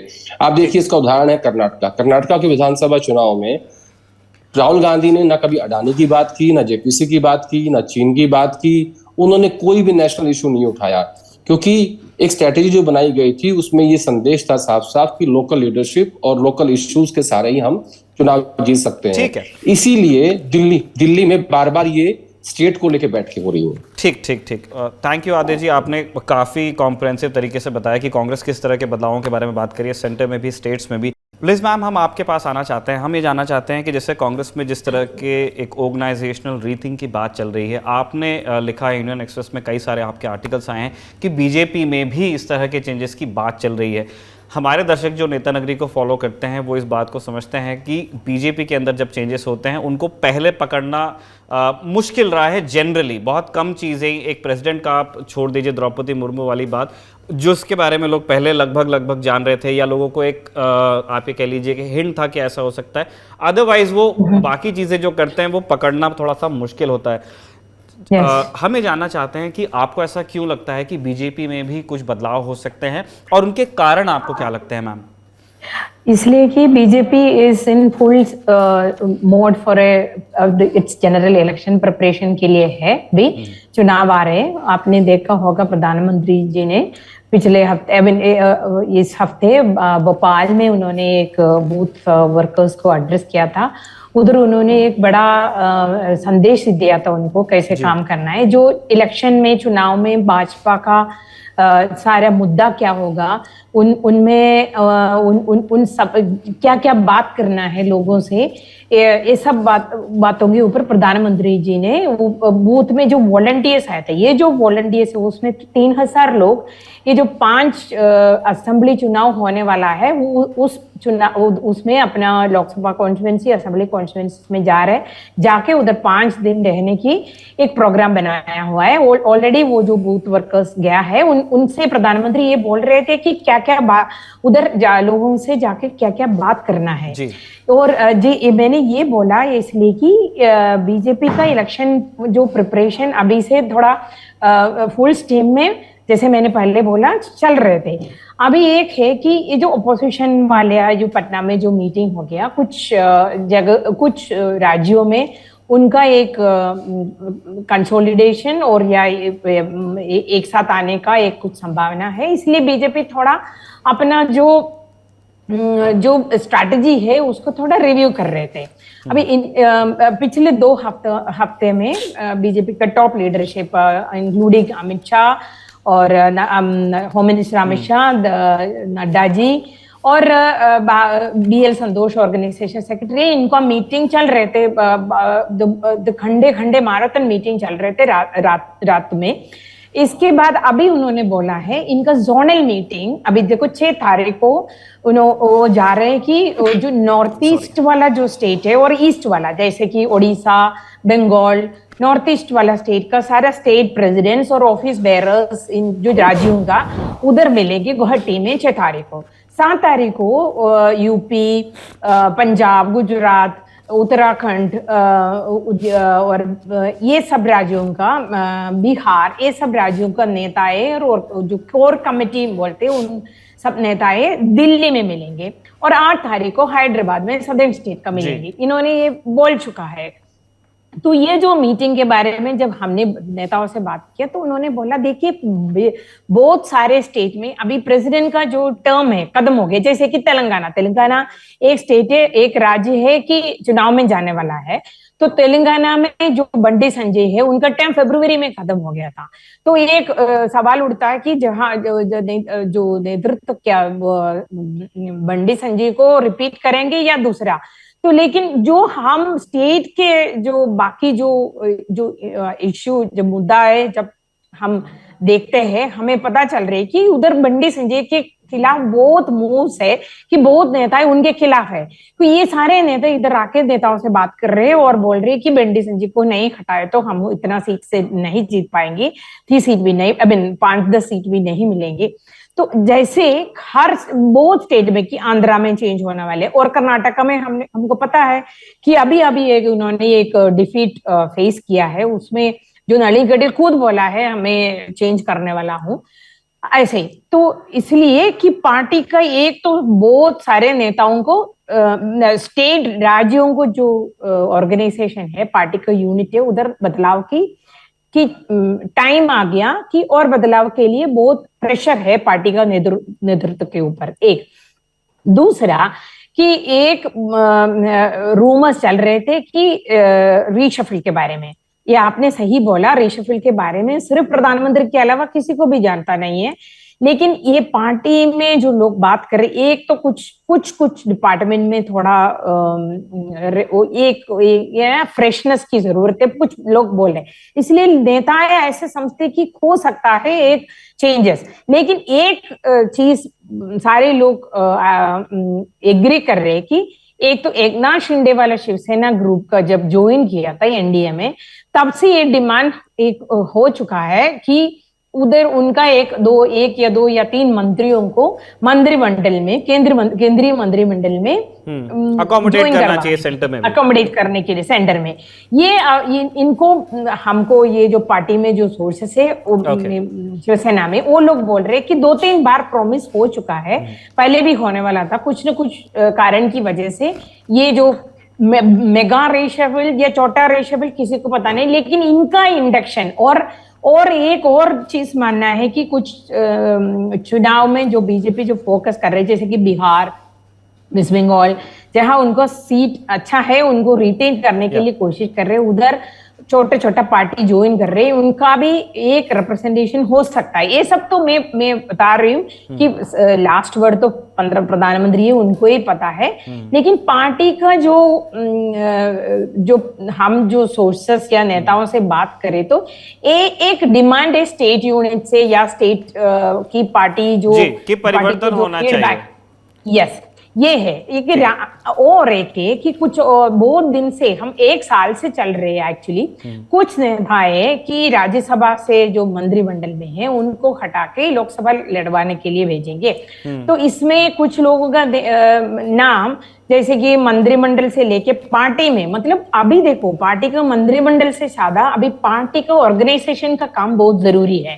पार्टी इनका जो हमको पता है, जैसे दूसरे पार्टी जैसे नहीं है, पार्टी का बीजेपी का तो लोग फील्ड में दिखता है, मतलब उनको काम करना पड़ता है। तो ये जो 2-3 मंत्रियों की नाम जो ऑर्गेनाइजेशन काम के लिए बड़ी अच्छा है, उनके लिए उनकी बात भी चल रही थी। ये सब चीज की ऑन द बेसिस ऑफ ये जो भी है, इसकी वजह से ये जो रिशफल का खबरें भी आ रहे थे।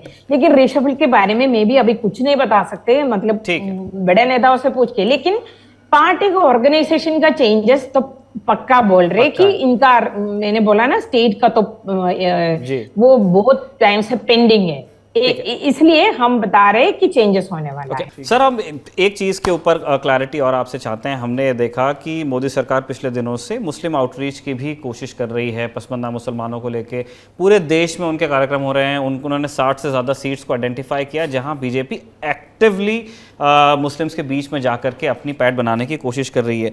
हम ये देख रहे हैं कि जब इनकी रवानगी हुई, मुख्तार अब्बास नकवी, वो मंत्री नहीं है, वो राज्यसभा का कार्यकाल उनका ख़त्म हो गया और दोबारा उनको राज्यसभा भेजा भी नहीं गया। क्या हम ये मान के चल सकते हैं कि जो पसमानदा आउटरीच चल रही है उसको देखते हुए अगर एक कैबिनेट रिशफल होता है तो हम एक मुस्लिम मिनिस्टर भी देखेंगे? क्योंकि बाकी जो जातीय संतुलन है उसको बीजेपी ध्यान रखती है, वो चाहे वो ओबीसीज हो, ब्राह्मण्स हो, ठाकुर हो, उन सबका जो परिमाण है उसके ऊपर ध्यान तो रहता ही है। निखिल, 2-3 बातें बड़े जल्दी से। एक तो मुख्तार अब्बास नकवी जिनको हटाया गया, जिसका नाम आपने लिया, उन्हीं मुख्तार अब्बास नकवी को कहा कि आप मुस्लिम समुदाय में जाइए, ये कार्यक्रम जो हम करना चाहते हैं पसमानदा मुस्लिम्स के लिए वो उनके बीच ले जाइए। लेकिन आप उनको हटाते हैं, मंत्रालय से हटाते हैं, फिर कहते हैं कि आप जाइए, लोगों से मिलिए, और आपके मंत्रालय में और आपके लोकसभा में एक भी बीजेपी का मुस्लिम नुमाइंदा नहीं है। अब आप कह रहे हैं क्या कैबिनेट रिशफल के टाइम पे या अगर हो तो आप किसी व्यक्ति का, आप समझते हैं मोदी जी किसी ऐसे व्यक्ति को लाएंगे जो एक तरह से पसमानदा मुस्लिम का चेहरा बने? मेरे सामने अभी इस समय कोई ऐसा व्यक्ति नहीं है, और ना ही मोदी जी इस तरह की राजनीति करते हैं। मोदी जी ने अगर इस तरह की राजनीति की हो तो इतने सालों में कौन है? एक तो चेहरा बनना चाहिए था पार्टी का। जब आप गुजरात में थे आपने किसी को टिकट नहीं दी। मुझे लगता है एक बार 95 और 2021 का 22 के बीच में 27 साल में केवल एक मुस्लिम को आपने टिकट दी थी, मुझे लगता है 98 में। यानी 27 साल में टिकट छोड़िए, मंत्री बनाना, टिकट भी नहीं दी। और आप केंद्र की बात कर रहे हैं, केंद्र में भी देखिए 2 चेहरे थे, एक तो शाहनवाज हुसैन हुआ करते थे और एक नकवी जी थे। शाहनवाज हुसैन को पहले तो आपने मंत्री नहीं बनाया, आखिर में आपने उनको बिहार भेज दिया, अब वो वहां मंत्री बन गए थे जब बीजेपी और जेडीयू की सरकार थी। लेकिन कौन सा वो व्यक्ति है? एमजे अकबर को मी टू में जैसे ही मी टू हुआ तुरंत हटा दिया। आज आप मुझे पूछिए, बृजभूषण शरण सिंह पर इतने गंभीर आरोप लगते हैं, आपने उनको तो नहीं हटाया ना? एमजे अकबर को तुरंत हटा दिया जैसे ही मी टू हुआ। तो आप मोदी जी के पूरे इस कार्यकाल में उन्होंने कभी एक ऐसे, और ना ही वो ये उनकी राजनीति है, वो कहेंगे ये मेरी राजनीति नहीं है। मैं ना इफ्तार पार्टी में जाता हूं, ना मैं समझता हूं किसी एक व्यक्ति को मुस्लिम चेहरा बना के मैं पसमानदा मुस्लिम्स को अपनी तरफ करूंगा। मैं उनको कहूंगा जब मैं रोड बनाता हूं, मैं टॉयलेट बनाता हूं, मैं सबके लिए बनाता हूं, जन आधार सबके लिए। तो मोदी जी के राजनीति में मुझे इस समय कोई ऐसा व्यक्ति नहीं नजर आता जिनको वो मुस्लिम चेहरा बनाएंगे। नजमा हेपतुल्ला शुरू में जब मोदी जी बने थे वो मंत्री थी माइनॉरिटी अफेयर्स में, आखिर में उनको भेज दिया गया मणिपुर गवर्नर जी। तो आई डोंट सी, आप मुझे बताइए where is that individual, where is that face जिसको प्रोजेक्ट करके, प्रमोट करके ये सरकार कहेगी कि हाँ ये जो व्यक्ति है ये हमारे लिए मुसलमान समुदाय के साथ चेहरा बनकर आगे जाएगा। That is not in the politics of both mister Modi and I think to some extent of the BJP RSS as well. Manipur की स्थिति देखिए आज क्या हुआ, एक ऐसी स्थिति हो गई कि मुख्यमंत्री ने एक बड़ा ड्रामा हो गया मुख्यमंत्री के रेजिडेंस पर, जहां उनका इस्तीफा फाड़ा गया। मुझे सुबह फोन आया था, today chief minister has short appointment 1 o'clock with governor, वो रिजाइन कर रहे हैं। 12 बजे मैं टीवी स्क्रीन या 12:30 बजे देखता हूं, बड़ा क्राउड वहां मैतेई समाज का आ गया, कहता है नहीं यू कैन नॉट रिजाइन, महिलाओं का बड़ा क्राउड, और वो उनका जो इस्तीफा है वो फाड़ दिया जाता है, और अब कहा जा रहा है ही विल स्टे ऑन। अब ये या तो आपके पास कोई ऑप्शन नहीं है एक ऐसे व्यक्ति को जो कांग्रेस से आए हैं, बीरेन सिंह केम फ्रॉम कांग्रेस इन 2016, तो ये सवाल उठते हैं कि क्या बीजेपी के पास कोई ऑप्शन नहीं है बीरेन सिंह को, जिस पर कई सवाल उठ रहे हैं किस तरह से उन्होंने ये पूरा मैनेज किया है।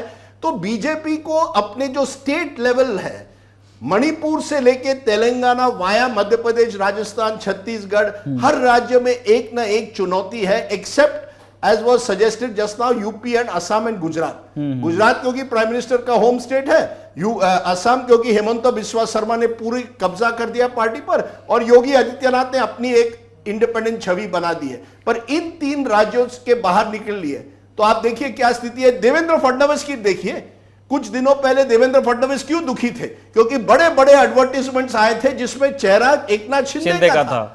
आज जो एड्स आए एक साल में, वहां भी टॉप पे है मोदी जी और Eknath Shinde. Only in the bottom picture both Eknath Shinde and Devendra Fadnavis आते। और फडणवीस जी को लगता है मैंने सब मेहनत की है, मैंने ये करवाया, लेकिन मेरा क्या होगा? तो हर राज्य में कहीं ना कहीं मुझे लगता है केंद्र से ज्यादा राज्यों में बीजेपी की संकट जो है इस समय, अगर हम उसे संकट कहें या चैलेंज कहें, वो सबसे ज्यादा है।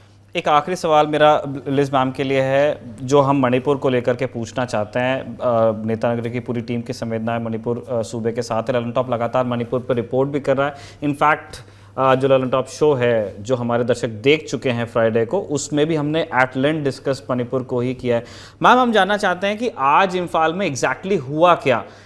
जैसे राजीव सर ने कहा कि एक लीड आती है, बाद में वो कंफर्म होती है मल्टीपल सोर्सेस से कि चीफ मिनिस्टर आज रिज़ाइन कर सकते हैं। फिर उसके बाद एक इस्तीफ़ा जो कि फाड़ा गया, तो हमको पता चला कि वो लिख भी लिया गया था, मतलब ड्राफ्ट हो गया था। अब जब एक चीफ मिनिस्टर बीजेपी का जब अपना इस्तीफा ड्राफ्ट कर चुका होता है, उसका प्रिंट आउट वहाँ पे होता है और वो गवर्नर से अपॉइंटमेंट मिला होता है, तो जनरली लोग मान के चलते हैं कि सेंट्रल जो लीडरशिप है बीजेपी की, उनकी ब्लेसिंग्स या उनको जानकारी में रखने के बाद ही ये हो रहा है। लेकिन उसके बाद जो चीज़ें हुई, आप उसे किसी भी तरह देख सकते हैं। कुछ लोगों को लगा कि वो स्वतःस्फूर्त लोगों का विरोध है या प्रेम है अपने नेता के लिए। कुछ लोगों ने उसको एक गिमिक कहा कि आपको रिज़ाइन करना ही नहीं था, आपने इसीलिए भीड़ को दे दिया। आपकी जो बात हुई है बीजेपी में, आप लगातार मिलती रहती हैं, बात करती रहती हैं लोगों से, आपको क्या लगता है, आपका आकलन क्या है कि एग्जैक्टली इम्फाल में आज क्या हुआ है? बीरेन सिंह का जो पोजीशन है बहुत महीनों से थोड़ा स्लिपरी विकेट में था, जैसे May 4 से पहले ही था। तो बहुत लोग पार्टी में ऐसे सोचता है कि ये सब जो ड्रामा, मतलब जो इन्होंने जो game gone out of hand, जो May 4 से लेके जो हो रहे, ये सब ये पार्ट ऑफ दो पॉलिटिकल गेम्स की इसकी वजह से हो गया, जो लेकिन अभी हाथ से निकल गया। ये बहुत लोग सोचते हैं, लेकिन हमें पता है अभी ये जो वायलेंस हो गया, जो उसका पीक होके जो नेताएं एमएलए हैं, अभी भी ये लोग क्या मांग रहे हैं? पिछले हफ्ते Monday 9 MLAs of BJP and 8 of BJP and एक independent MLA given a memorandum to the Prime Minister बोल के कि ये राज्य का स्थिति बहुत खराब है, कि public lost faith in the government, ये बोला। उसका मतलब क्या है कि लीडरशिप को हटा दो। तो उनमें से एक नेता था, उनका है ये संघाई एक्सप्रेस। तो ये इसलिए मैं ये बता रही हूँ, जो भी आज हो गया, मैं ऐसे बोल रहे तो मुझे लग रही कि ये सब जो हो गया एक ड्रामा था, कि बीरेन सिंह का जो पोजीशन है थोड़ा कंफर्टेबल करने के लिए। लेकिन सेंट्रल लीडरशिप से जो लोग अभी मणिपुर के जो इसमें इन्वॉल्व है, सबसे मैंने बात किया था, तब उन्होंने किसी ने कोई इंडिकेशन नहीं दिया था कि नेतृत्व में अभी बीरेन सिंह को हटाने के लिए कोई प्लान नहीं था। कोई ऐसे डिस्कशन अभी फॉर द टाइम भी नहीं चल रहे। फॉर द टाइम भी जिससे भी मैंने बात किया, उन्होंने क्या बोला, फॉर द टाइम भी अभी नॉर्मलसी, जो थोड़ा पीस वापस आने दो। इसके बाद आप ऐसे सोच लीजिए कि ये कोई बोला नहीं है, मैं ऐसे बोल रही हूँ, बीजेपी को अभी किसी को हटाना है तो भी अभी क्यों हटा रहे? एक तो आज राहुल गांधी उधर था, राहुल गांधी उधर था, उसी दिन बीरेन सिंह रिसेन हो गए, तो क्या मैसेज खराब होता बहुत। हाँ, कांग्रेस के लिए वो बहुत बड़ा विक्ट्री होगा। कांग्रेस ने वो ऐसे दिखाएगा। Do you think that BJP will do such a thing? ये अब बीजेपी का पॉलिटिक्स हम सब देखते रहते हैं ना, मतलब you been watching the party. तो ये कोई इधर नेशनल लीडर से सेंटर से ऐसे कोई वो नहीं था कि बीरेन सिंह को हटाना। ये जो भी ड्रामा हो गया है वो सब उधर का है। इसका अभी इससे क्या हो गया, ये मेते का जो वाली में जो मेजोरिटी है, उनके बीच में Biren Singh is the most popular leader. तो बीरेन सिंह वो सपोर्ट गैल्वनाइज हो गया उस कम्युनिटी का बिहाइंड बीरेन सिंह। ये हो गया ना। तो इसका आप अब देख लीजिए कि इनका नेट रिजल्ट में किसको फायदा हो गया? बीरेन सिंह को ही फायदा हो गया। तो इसलिए हम बोलने की जरूरत ही नहीं है, तो अंडरस्टूड है। नहीं, बट मैं एक पॉइंट कहूं प्लीज, कि देखिए बीरेन सिंह को मणिपुर से इस समय हटाना बीजेपी के लिए आसान नहीं होगा, क्योंकि वो मेते समाज के एक तरह से बड़े लीडर बन गए हैं। और जिस तरह से वहां सांप्रदायिक कहिए जो डिवाइड हुआ है, पूरी तरह से एथनिक वायलेंस हुई है कुकी वर्सेस मेते, उसमें एक तरह से उनको एक छवि बन गई है प्रोटेक्टर ऑफ मेतेस। और वहां देखिए 2 ही लोकसभा सीट है, तो बीजेपी के लिए ठीक है, मणिपुर के लिए लेकिन जो मुझे लगता है गलत है, क्योंकि उन्होंने जो किया वो गलत है। उन्होंने जिस तरह से कुकीज को टेररिस्ट ब्रांड किया और अपनी पॉलिटिक्स की है, मुझे लगता है गलत है। लेकिन अपनी पॉलिटिक्स के लिए, वो अपने स्वार्थ के लिए उन्होंने जो भी किया है, वो अपने एक तरह से एक इमेज अपनी बना गए हैं। बीजेपी के लिए प्रॉब्लम क्या है आज? आप बीरेन सिंह को रखिए क्योंकि वो प्रोटेक्टर ऑफ मेतेस है, आप उनको हटाना नहीं चाहते या आपके पास कोई ऑप्शन तुरंत नहीं है।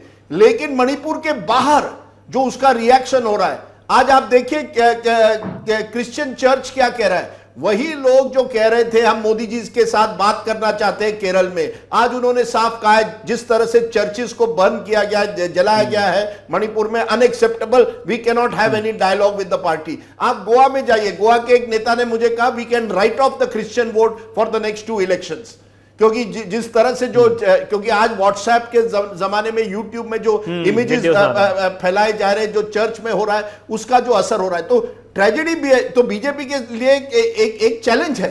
आप बीरेन सिंह को रखना चाहते हैं ताकि आपकी मणिपुर में होल्ड हो, लेकिन मणिपुर के बाहर जो आपकी एक तरह से इमेज अब बनने वाली है कि आप जब इस तरह के चर्च बंद हो रहे थे, जब इस तरह के दंगे हो रहे थे, दोनों समुदाय को नुकसान हुआ है, मंदिर भी बहुत सारे जले हैं, मंदिर जले हैं, चर्च ज्यादा जले हैं, ये पर ज्यादा कम नहीं, एक भी मंदिर जले, एक भी चर्च जले, गलत है। लेकिन मुख्यमंत्री पर यह आरोप है कि सीधे उन्होंने मैती मिलिशिया जो है उनको समर्थन दिया, मिते लिपुन हो, ये अलग अलग अरमबाई तेंगोल हो, और जो वहां से जो गन्स वगैरह मिले, ये सवाल है।